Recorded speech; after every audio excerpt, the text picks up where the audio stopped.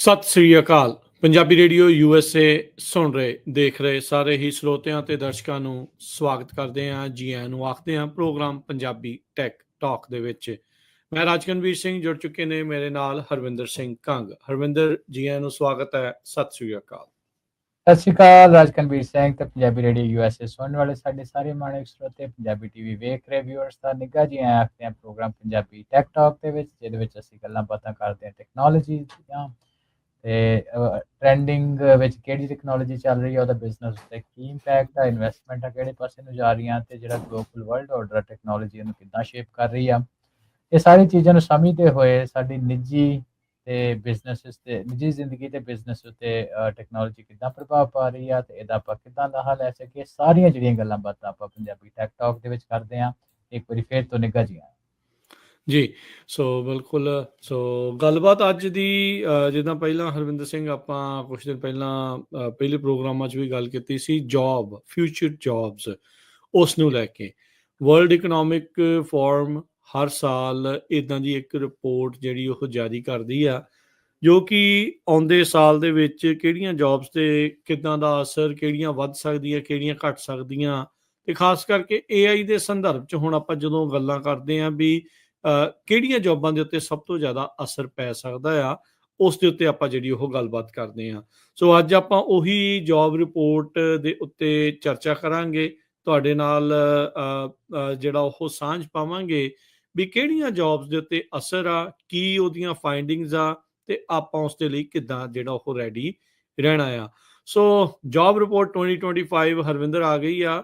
ਸਾਲ ਝੱਟ ਬੀਤ ਜਾਂਦਾ ਆ, ਇੱਥੋਂ ਵੀ ਪਤਾ ਲੱਗਦਾ ਆ ਕੀ ਆ ਇਸ ਜਿਹੜੀ ਆਪਾਂ ਜਦੋਂ ਫਿਊਚਰ ਆਫ ਜੋਬ ਰਿਪੋਰਟ ਦੀ ਜਦੋਂ ਗੱਲ ਕਰਦੇ ਹਾਂ। ਹਾਂਜੀ, ਮੈਂ ਰਾਜਕਨ ਥੋੜਾ ਜਿਹਾ ਕਲੈਰੀਫਾਈ ਕਰਦਾ ਕਿ ਜਿਹੜੀ world economic form the future of job report ਹੈ ਐਵਰੀ ਅਦਰ ਈਅਰ ਰਿਲੀਜ਼ ਹੁੰਦੀ ਆ। 2024 ਦੇ ਵਿੱਚ ਜਿਹੜੇ ਉਹਨਾਂ ਰਿਲੀਜ਼ ਕੀਤੇ ਸੀ ਉਹ ਕੁਝ ਟ੍ਰੈਂਡ ਰਿਲੀਜ਼ ਕੀਤੇ ਸੀ, ਜਿਹੜੀ ਰਿਪੋਰਟ ਆ ਉਹ 2 ਸਾਲ ਬਾਅਦ ਰਿਲੀਜ਼ ਕੀਤੀ ਜਾਂਦੀ ਆ। ਸੋ 2023 ਦੇ ਅਸੀਂ ਬੜੀ ਡਿਟੇਲ ਦੇ ਵਿੱਚ ਕਵਰ ਕੀਤੀ ਸੀ 2023 ਦੇ ਵਿੱਚ, ਜਦੋਂ ਆਪਾਂ ਪ੍ਰੋਗਰਾਮ ਟੈਕ ਟਾਕ ਸ਼ੁਰੂ ਕੀਤਾ ਸੀ। ਹੁਣ 2025 ਦੇ ਵਿੱਚ ਆ ਤੇ ਆਪਾਂ ਜਿਹੜੀ ਉਹ ਡਿਟੇਲ ਰਿਪੋਰਟ ਆ ਸਾਲ ਦੇ ਸ਼ੁਰੂ ਵਿੱਚ ਆਉਂਦੀ ਆ, ਉਹਦਾ ਐਨਾਲਿਸਿਸ ਕਰਦੇ ਆ ਸਾਰੇ ਜਾਣੇ, ਬਿਜ਼ਨਸਿਸ ਉਹਦਾ ਐਨਾਲਿਸਿਸ ਕਰਦੇ ਆ। ਵੈਸੇ ਤਾਂ ਜਿਹੜੀ ਜੌਬ ਰਿਪੋਰਟ ਬਣਦੀ ਆ ਰਾਜਗਨ, ਉਹਦੇ ਬਾਰੇ ਮੈਂ ਦੱਸ ਦੇਵਾਂ ਕਿ ਉਹਦਾ ਜਿਹੜਾ ਸਭ ਤੋਂ ਵੱਡਾ ਸੋਰਸ ਹੁੰਦਾ ਉਹੀ ਦੁਨੀਆ ਭਰ ਦੇ ਬਿਜ਼ਨਸਿਸ ਹੁੰਦੇ ਆ।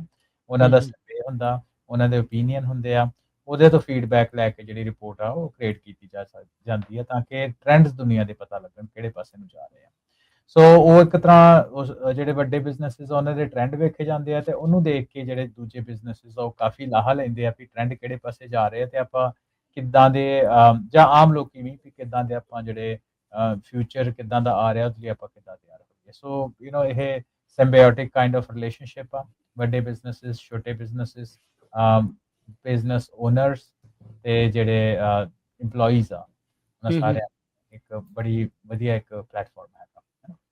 ਸੋ ਇਹ ਜਿਹੜੀ ਆ ਜਨਵਰੀ ਦੇ ਵਿੱਚ ਰਿਲੀਜ਼ ਹੋਈ ਸੀ ਫਿਊਚਰ ਆਫ ਜੌਬ ਰਿਪੋਰਟ 2025, ਉਹਦੇ ਕਾਫੀ ਜਿਹੜੇ ਐਨਾਲਿਸਿਸ ਉਹ ਸਾਹਮਣੇ ਆ ਚੁੱਕੇ ਆ। ਹੁਣ ਦੇਖੋ ਰਾਜਕਨ ਜਿਹੜੀ ਫੁੱਲ ਫਲੈਜ ਰਿਪੋਰਟ ਹੈ ਨਾ, ਇਹ ਰਿਪੋਰਟ ਤਕਰੀਬਨ ਆਪਣੇ 290 ਪੇਜਾਂ ਦੀ ਆ ਤੇ ਉਹਨੂੰ ਆਪਾਂ ਫਾਈਂਡ ਆਊਟ ਕੀਤਾ ਸਭ ਕੁਝ, ਉਹਦੇ ਵਿੱਚੋਂ ਕੁਝ ਕੀ ਟ੍ਰੈਂਡ ਜਿਹੜੇ ਹੈਗੇ ਉਹ ਆਪਣੇ ਸਰੋਤੇ ਤੇ ਵਿਊਅਰਸ ਤੱਕ ਆਪਾਂ ਰੂਬਰੂ ਕਰਾਂਗੇ ਅੱਜ ਦੇ ਟਾਕ ਸ਼ੋਅ ਦੇ ਵਿੱਚ। ਜੀ, ਸੋ ਅੱਛਾ ਹਰਵਿੰਦਰ, ਇਹਦੇ ਵਿੱਚ ਜਿਹੜੀ ਆਪਾਂ ਹੁਣ ਗੱਲ ਕਰਦੇ ਹਾਂ, ਸ਼ੁਰੂਆਤ ਕਰਦੇ ਹਾਂ, ਜਿਹੜਾ ਇਸ ਦੇ ਵਿੱਚ ਫਾਈਂਡਿੰਗਸ ਨੂੰ ਲੈ ਕੇ ਇਹ ਜਿਹੜੀ ਰਿਪੋਰਟ ਆ ਉਹਦੇ ਵਿੱਚ ਜਿਹੜੀਆਂ ਕੀ ਫਾਈਂਡਿੰਗਸ ਰਹੀਆਂ ਆ, ਜੇ ਆਪਾਂ ਉਸੇ ਤੋਂ ਸ਼ੁਰੂਆਤ ਕਰ ਲੈਂਦੇ ਹਾਂ। ਹਾਂਜੀ, ਸੋ ਜਿਹੜੀ ਕੀ ਫਾਈਂਡਿੰਗਸ ਆ ਨਾ ਰਾਜਕਨ, ਉਹਦੇ ਵਿੱਚ ਨਾ ਜੇ ਕੁਝ ਚੀਜ਼ਾਂ ਉੱਤੇ ਜ਼ਿਆਦਾਤਰ ਫੋਕਸ ਦਿੱਤਾ। ਹੁਣ ਅਸੀਂ ਅਮਰੀਕਾ ਵਿੱਚ ਬੈਠੇ ਹਾਂ ਮਿਸਾਲ ਦੇ ਤੌਰ ਦੇ ਉੱਤੇ, ਤੇ ਅਮਰੀਕਾ ਵਿੱਚ ਗ੍ਰੀਨ ਐਨਰਜੀ ਨੂੰ ਲੈ ਕੇ ਇਹਦਾ ਫੋਕਸ ਨਹੀਂ, ਪਰ ਇਹ ਦੱਸ ਦਈਏ ਕਿ ਰੈਸਟ ਆਫ ਦਾ ਵਰਲਡ ਵਿੱਚ ਗ੍ਰੀਨ ਐਨਰਜੀ ਦਾ ਵੀ ਫੋਕਸ ਆ। ਸੋ ਪ੍ਰਾਇਮਰੀ ਜਿਹੜੀ ਕੁਝ ਚੀਜ਼ਾਂ ਵਾ ਉਹ ਇਹ ਹੈਗੀ ਕਿ ਟੈਕਨੋਲੋਜੀ ਜਿਹੜੀ ਉਹ ਕਿੱਦਾਂ ਡਿਸਰਪਸ਼ਨ ਲਿਆ ਰਹੀ ਆ, ਇਕਨੋਮਿਕ ਫਰੈਗਮੈਂਟੇਸ਼ਨ ਕਿੱਦਾਂ ਹੋ ਰਹੀ ਆ। ਆਪਾਂ ਨੂੰ ਪਤਾ ਹੈ ਕਿ ਮਲਟੀ ਪੋਲਰ ਵਰਲਡ ਦੇ ਪਾਸੇ ਨੂੰ ਅੱਜ ਕੱਲ੍ਹ ਗੱਲਾਂ ਬਾਤਾਂ ਚੱਲ ਰਹੀਆਂ। ਇਕਨੋਮਿਕ ਅਨਸਰਟਨਟੀ ਇੱਕ ਵੱਡਾ ਫੋਕਸ ਹੈਗਾ ਹੈ ਨਾ। ਪਹਿਲਾਂ ਦੁਨੀਆ ਨੂੰ ਵਨ ਵਰਲਡ ਦੇ ਨਾਲ ਜਾਣਿਆ ਜਾਂਦਾ ਸੀ, ਜਾਂ ਵਨ ਵਰਲਡ ਕਹਿੰਦੇ, ਹੁਣ ਮਲਟੀਪੋਲਰ ਗੱਲਾਂ ਬਾਤਾਂ ਜਿਹੜੀਆਂ ਹੋਣ ਲੱਗ ਪਈਆਂ ਹੈ ਨਾ। ਤੇ ਉਸ ਤੋਂ ਬਾਅਦ ਇਹ ਜਿਹੜੀਆਂ ਸਾਰੀਆਂ ਚੀਜ਼ਾਂ ਇਹ ਸਾਰੀਆਂ ਚੀਜ਼ਾਂ ਜਿਹੜੀਆਂ ਉਹ ਸਾਂਝੇ ਨੂੰ ਲੈ ਕੇ ਜਿਹੜੀ ਜੌਬ ਰਿਪੋਰਟ ਆ ਉਹਦੇ ਵਿੱਚ ਕੁਝ ਅਹਿਮ ਗੱਲਾਂ ਕੀਤੀਆਂ ਗਈਆਂ ਹੈ ਨਾ। ਤੇ ਉਹਦੇ ਵਿੱਚ ਇਹ ਆ ਕਿ ਜਿੱਦਾਂ ਮੈਂ ਪਹਿਲਾਂ ਦੱਸਿਆ ਕਿ ਇਹ ਜਿਹੜਾ ਸਰਵੇ ਟਾਈਪ ਹੀ ਕਹਿ ਲਓ, ਇਹ ਕਲੈਕਟਿਵਲੀ ਤਕਰੀਬਨ ਜਿਹੜਾ ਰਿਪਰੈਜ਼ੈਂਟੇਸ਼ਨ ਹੈ 14 million worker across 22 industry cluster ਤੇ 55 ਇਕਨੋਮੀ ਜਿਹੜੀਆਂ ਹੈਗੇ ਵਰਲਡ ਦੀਆਂ, ਉਹਨਾਂ ਦਾ ਜਿਹੜਾ ਸਰਵੇ ਡੇਟਾ ਉਹਨੂੰ ਇਕੱਠਾ ਕਰਕੇ ਬਣਾਇਆ ਗਿਆ, ਹੈ ਨਾ। ਸੋ ਉਹਦੇ ਵਿੱਚ ਜਿਹੜੀ ਇਹ ਸਾਡੇ ਲਈ ਗੱਲਬਾਤ ਕਰਨੀ ਇਸ ਲਈ ਵੀ ਰਾਜਕਰਨ ਜ਼ਰੂਰੀ ਹੈ ਕਿ ਅਸੀਂ ਮਿਡ ਟਰਮ ਲੈਵਲ ਦੀ ਗੱਲ ਕਰ ਰਹੇ ਹਾਂ। ਜਿਹੜੀ ਜੌਬ ਰਿਪੋਰਟ ਦਾ ਫੋਕਸ ਅਗਲੇ 5 ਸਾਲਾਂ ਦਾ ਫੋਕਸ ਆ, ਯਾਨੀ ਕਿ 2025 ਤੋਂ ਲੈ ਕੇ ਤੇ 2030 ਤੱਕ ਕਿੱਦਾਂ ਦੀ ਜਿਹੜੀਆਂ ਟ੍ਰੈਂਡ ਸਾਨੂੰ ਦੇਖਣ ਨੂੰ ਮਿਲਣਗੇ। ਤੇ ਸਭ ਤੋਂ ਪਹਿਲੀ ਗੱਲ ਆਪਾਂ ਕਰ ਲਈ ਕਿ ਜਿਹੜਾ ਡਿਜੀਟਲ ਐਕਸੈਸ ਆ ਉਹ ਹੋਰ ਬ੍ਰੌਡ ਹੋਏਗਾ। ਆਪਾਂ ਠੀਕ ਹੈ। ਅਮਰੀਕਾ ਵਿੱਚ ਰਹਿੰਦੇ ਆ ਜਾਂ ਡਿਵੈਲਪਡ ਕੰਟਰੀਜ਼ ਦੇ ਵਿੱਚ ਜਾਂ ਡਿਵੈਲਪਿੰਗ ਕੰਟਰੀ ਦੇ ਨਾਲ ਸਾਡਾ ਵਾਹ ਪੈਂਦਾ ਇੰਡੀਆ ਦੇ ਨਾਲ, ਅਸੀਂ ਦੇਖਿਆ ਕਿ ਡਿਜੀਟਲ ਐਕਸੈਸ ਜਿਹੜਾ ਬਹੁਤ ਆ, ਪਰ ਅਜੇ ਵੀ ਦੁਨੀਆ ਦੇ ਬਹੁਤ ਸਾਰੇ ਐਸੇ ਲੋਕ ਆ ਉਹਨਾਂ ਦੇ ਕੋਲ ਇੰਟਰਨੈਟ ਦਾ ਜਾਂ ਹਾਈ ਸਪੀਡ ਇੰਟਰਨੈਟ ਦਾ ਐਕਸੈਸ ਨਹੀਂ ਹੈਗਾ। ਨਹੀਂ ਹੈਗਾ। ਸੋ ਉਹਦੇ ਵਿੱਚ ਇਹ ਆ ਕਿ ਇੱਕ ਚੀਜ਼ ਤਾਂ ਵੱਡੀ ਹੈ ਕਿ ਜਿਹੜੀ ਡਿਜੀਟਲ ਐਕਸੈਸ ਆ ਉਹ ਦਾ ਜਦੋਂ ਵਾਧਾ ਹੋਏਗਾ ਵੱਖ-ਵੱਖ ਦੁਨੀਆ ਦੇ ਮੁਲਕਾਂ ਦੇ ਵਿੱਚ, ਜਿਹੜਾ ਕਿ ਲਗਾਤਾਰ ਵੱਧ ਰਿਹਾ ਵਾ, ਤੇ ਉਹਦੇ ਨਾਲ ਬਹੁਤ ਸਾਰੇ ਲੋਕਾਂ ਨੂੰ ਜਿਹੜੀ ਟੈਕਨੋਲੋਜੀ ਦੇ ਰਿਲੇਟਡ ਜਿਹੜੇ ਉੱਥੇ ਸਰਵਿਸਿਜ਼, ਟੈਕਨੋਲੋਜੀ ਦੇ ਨਾਲ ਰਿਲੇਟਡ ਇਨਫੋਰਮੇਸ਼ਨ ਦਾ ਸੰਚਾਰ ਤੇ ਪ੍ਰਸਾਰ ਉਹ ਜਿਹੜਾ ਹੋਰ ਵਧੇਗਾ, ਹੈ ਨਾ। ਤੇ ਉਹਦੇ ਵਿੱਚ ਇਹ ਹੈ ਕਿ 60% ਜਿਹੜੇ ਦੁਨੀਆ ਭਰ ਦੇ ਜਿਹੜੇ EMPLOYERS ਆ ਉਹ ਐਕਸਪੈਕਟ ਕਰਦੇ ਪਏ ਵੀ ਅਸੀਂ ਕਿਸੇ ਨਾ ਕਿਸੇ ਤਰੀਕੇ ਆਪਣਾ 2030 ਤੱਕ, ਅਗਲੇ 50 ਸਾਲਾਂ ਤੱਕ ਆਪਣਾ ਬਿਜ਼ਨਸ ਨੂੰ ਟ੍ਰਾਂਸਫਾਰਮ ਕਰਾਂਗੇ। ਤੇ ਕਰਾਂਗੇ ਕਾਹਦੇ ਨਾਲ, ਉਹ ਆਪਾਂ ਹਰ ਇੱਕ ਆਲਮੋਸਟ ਆਪਣੇ ਟਾਕ ਸ਼ੋਅ ਵਿੱਚ ਗੱਲ ਕਰਦੇ ਹਾਂ ਕਿ AI ਤੇ ਇਨਫੋਰਮੇਸ਼ਨ ਪ੍ਰੋਸੈਸ, ਹੈ ਨਾ। ਉਹਦੇ ਵਿੱਚ ਪ੍ਰਾਈਮ ਸਭ ਤੋਂ ਵੱਡੀ ਜਿਹੜੀ ਚੀਜ਼ ਹੈ, 86% ਦੇ ਕਰੀਬ ਜਿਹੜੇ EMPLOYER ਆ ਉਹ ਸੋਚਦੇ ਆ ਕਿ ਕਿਸੇ ਨਾ ਕਿਸੇ ਤਰੀਕੇ AI ਨੂੰ ਅਸੀਂ ਆਪਣੇ ਬਿਜ਼ਨਸ ਵਿੱਚ ਲੈ ਕੇ ਆਉਣਾ। ਨੰਬਰ 2 ਦੇ ਉੱਤੇ ਆ ਜਾਂਦਾ ਰੋਬੋਟਿਕਸ ਐਂਡ ਆਟੋਮੇਸ਼ਨ। ਨੰਬਰ 3 ਤੇ એનર્ਜੀ ਜਨਰੇਸ਼ਨ ਤੇ ਸਟੋਰੇਜ ਤੇ ਡਿਸਟ੍ਰੀਬਿਊਸ਼ਨ। ਤੇ ਇਹ ਕੁਝ ਜਿਹੜੇ ਟ੍ਰੈਂਡ ਆ ਇਹ ਟ੍ਰਾਂਸਫਾਰਮੇਟਿਵ। ਦੂਸਰੀ ਚੀਜ਼ ਰਾਜਕਰਨ ਉਹ ਇਹ ਹੈਗੀ ਕਿ ਦੁਨੀਆ ਭਰ ਦੇ ਵਿੱਚ ਜਿਹੜੀ ਰਹਿਣ ਦੀ ਜਿਹੜੀ ਕਾਸਟ ਆ ਉਹ ਵੱਧ ਰਹੀ ਹੈ। ਹਾਂ, ਮਹਿੰਗਾ ਹੋ ਰਿਹਾ ਸਭ ਕੁਝ। ਹੋ ਰਿਹਾ ਸਭ ਕੁਝ। ਇਹ ਹੈ ਕਿ ਇਹ ਇੱਕ ਟੌਪ ਟ੍ਰੈਂਡ ਰਹੇਗਾ ਦੁਨੀਆ ਭਰ ਦਾ, ਕਿਉਂਕਿ ਇਹ ਕਿੱਦਾਂ ਟ੍ਰਾਂਸਫਾਰਮ ਕਰਦਾ ਰਾਜਕਰਨ। ਉਹਦੇ ਵਿੱਚ ਇਹ ਹੈ ਕਿ ਦੇਖੋ ਜਿਹੜੀ ਗਲੋਬਲ ਮਾਈਗ੍ਰੇਸ਼ਨ ਹੁੰਦੀ ਹੈ ਚੀਜ਼ਾਂ ਨੂੰ ਲੈ ਕੇ, ਜਿਹੜੀ ਜਗ੍ਹਾ ਦੇ ਉੱਤੇ ਤੁਸੀਂ ਰਹਿੰਦੇ ਹੋ, ਇਹ ਵਿਦ ਇਨ ਕੰਟਰੀ ਵੀ ਹੋ ਸਕਦੀ ਹੈ, ਆਊਟ ਆਫ ਕੰਟਰੀ ਵੀ ਹੋ ਸਕਦੀ ਹੈ ਨਾ। ਅਸੀਂ US ਦੇ ਵਿੱਚ ਵੇਖਦੇ ਹਾਂ ਕਿ ਜਿਹੜੇ ਹਾਈ ਕਾਸਟ ਲਿਵਿੰਗ ਹੋ ਗਏ, ਹੈ ਨਾ, ਜਿੱਦਾਂ ਸੈਨ ਫਰਾਂਸਿਸਕੋ ਵੇ ਏਰੀਆ ਹੋ ਗਿਆ, ਆਪਣਾ ਨਿਊਯਾਰਕ ਦਾ ਏਰੀਆ ਹੋ ਗਿਆ, ਸਿਐਟਲ ਵਾਲਾ ਏਰੀਆ ਹੋ ਗਿਆ, ਜਾਂ ਹੋਰ ਇਦਾਂ ਦੇ ਜਿਹੜੇ ਕਲਸਟਰ ਜਿੱਥੇ ਹਾਈ ਕਾਸਟ ਹੈਗੇ ਆ, ਉੱਥੋਂ ਜਿਹੜੇ ਲੋਕ ਆ ਉਹ ਉਹਨਾਂ ਦੀ ਕੋਸ਼ਿਸ਼ ਹੁੰਦੀ ਹੈ ਕਿ ਆਪਾਂ ਇਸ ਜਗ੍ਹਾ ਦੇ ਉੱਤੇ ਰਹਿ ਕੇ ਆਪਾਂ ਜੋ ਸਾਨੂੰ ਲਾਈਫ ਦੇ ਵਿੱਚ ਚਾਹੀਦਾ, ਆਪਣੀ ਪ੍ਰੈਫਰੈਂਸਿਸ ਨਹੀਂ ਸੈੱਟ ਕਰ ਸਕਦੇ, ਲੋ ਇਨਕਮ ਦੇ ਏਰੀਆ ਦੇ ਵੱਲ ਜਾਂਦੇ ਆ। ਉਹਦੇ ਨਾਲ ਬਿਜ਼ਨੈਸਿਸ ਵੀ ਉਸ ਤਰ੍ਹਾਂ ਮੂਵ ਹੁੰਦੇ, ਟ੍ਰਾਂਸਫਾਰਮ ਹੁੰਦੇ ਆ। ਸੋ ਜਿਹੜੇ ਦੁਨੀਆ ਭਰ ਦੇ ਵਿੱਚ ਇਨਕਰੀਜ਼ ਕਾਸਟ ਆਫ ਲਿਵਿੰਗ ਆ, ਉਹ ਵੀ ਇੱਕ ਟ੍ਰਾਂਸਫਾਰਮੇਟਿਵ ਜਿਹੜਾ ਉਹ ਟ੍ਰੈਂਡ ਰਹੇਗਾ। ਓਵਰਆਲ ਇਹ ਮੰਨਿਆ ਜਾ ਰਿਹਾ ਵੀ ਅਗਲੇ 50 ਸਾਲਾਂ ਦੇ ਵਿੱਚ ਜਿਹੜੀ ਮਹਿੰਗਾਈ ਦੀ ਜਿਹੜੀ ਦਰ ਆ ਉਹਦੇ ਵਿੱਚ ਜਿਹੜਾ ਵਾਧਾ ਵਾ ਉਹ ਥੋੜਾ ਘਟੇਗਾ। ਇਹ ਨਹੀਂ ਹੋਏਗਾ ਕਿ ਸਸਤਾ ਹੋ ਜਾਏਗਾ ਆਉਣ ਵਾਲੇ ਟਾਈਮ ਦੇ ਵਿੱਚ, ਪਰ ਜਿਹੜੀ ਮਹਿੰਗਾਈ ਦੀ ਦਰ ਆ ਉਹ ਘਟੇਗੀ। ਯਾਨੀ ਕਿ ਜਿਹੜੇ ਲੈਵਲ ਦੇ ਉੱਤੇ ਮਹਿੰਗਾਈ ਪਿਛਲੇ 50 ਸਾਲਾਂ 'ਚ ਵਧੀ ਆ, ਉਹਦੀ ਜਿਹੜੀ ਦਰ ਆ ਉਹ ਤੋਂ ਘੱਟ ਦਰ ਦੇ ਵਿੱਚ ਅਗਲੇ 50 ਸਾਲਾਂ ਵਿੱਚ ਵਧੇਗੀ।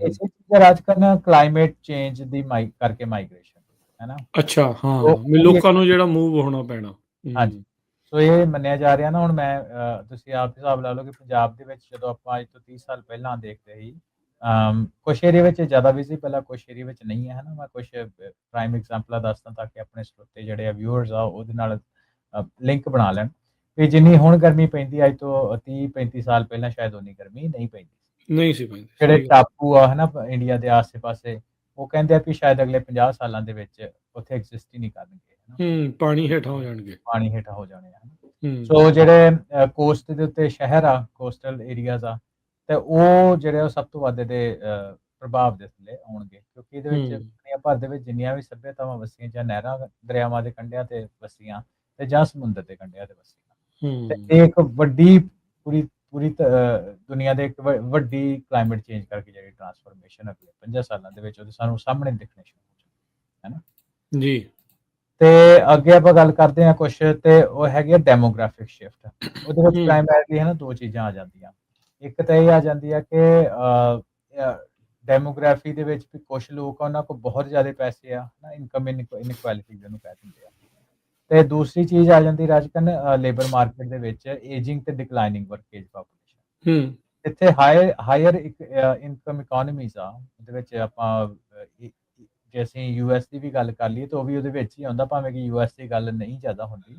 ਕਿਉਂ ਨਹੀਂ ਹੁੰਦੀ ਉਹ ਬਾਅਦ 'ਚ ਕਰਦੇ ਹਾਂ ਗੱਲ, ਪਰ ਪ੍ਰਾਇਮਰੀਲੀ ਅਸੀਂ ਜਾਪਾਨ ਦੀ ਗੱਲ ਕਰ ਲਈਏ, ਸਾਊਥ ਕੋਰੀਆ ਦੀ ਗੱਲ ਕਰ ਲਈਏ, ਈਸਟ ਏਸ਼ੀਅਨ ਕੰਟਰੀਜ਼ ਦੀ ਗੱਲ ਕਰ ਲਈਏ, ਜਿੱਥੇ ਜਿਹੜੀ ਪਾਪੂਲੇਸ਼ਨ ਆ ਉਹਦਾ ਜਿਹੜਾ ਮੀਡੀਅਨ ਏਜ ਆ ਉਹ ਲਗਾਤਾਰ ਵੱਧ ਰਹੀ ਹੈ। ਜਾਪਾਨ ਦੇ ਵਿੱਚ ਮੈਂ ਜੇ ਗਲਤ ਨਾ ਹੋਵਾਂ ਤਾਂ 40 ਤੋਂ ਉਹਦੇ ਆਸ-ਪਾਸ ਆ, ਜਾਂ ਉਸ ਤੋਂ ਵੀ ਸ਼ਾਇਦ ਟੱਪ ਗਈ ਹੈ ਮੀਡੀਅਨ ਏਜ।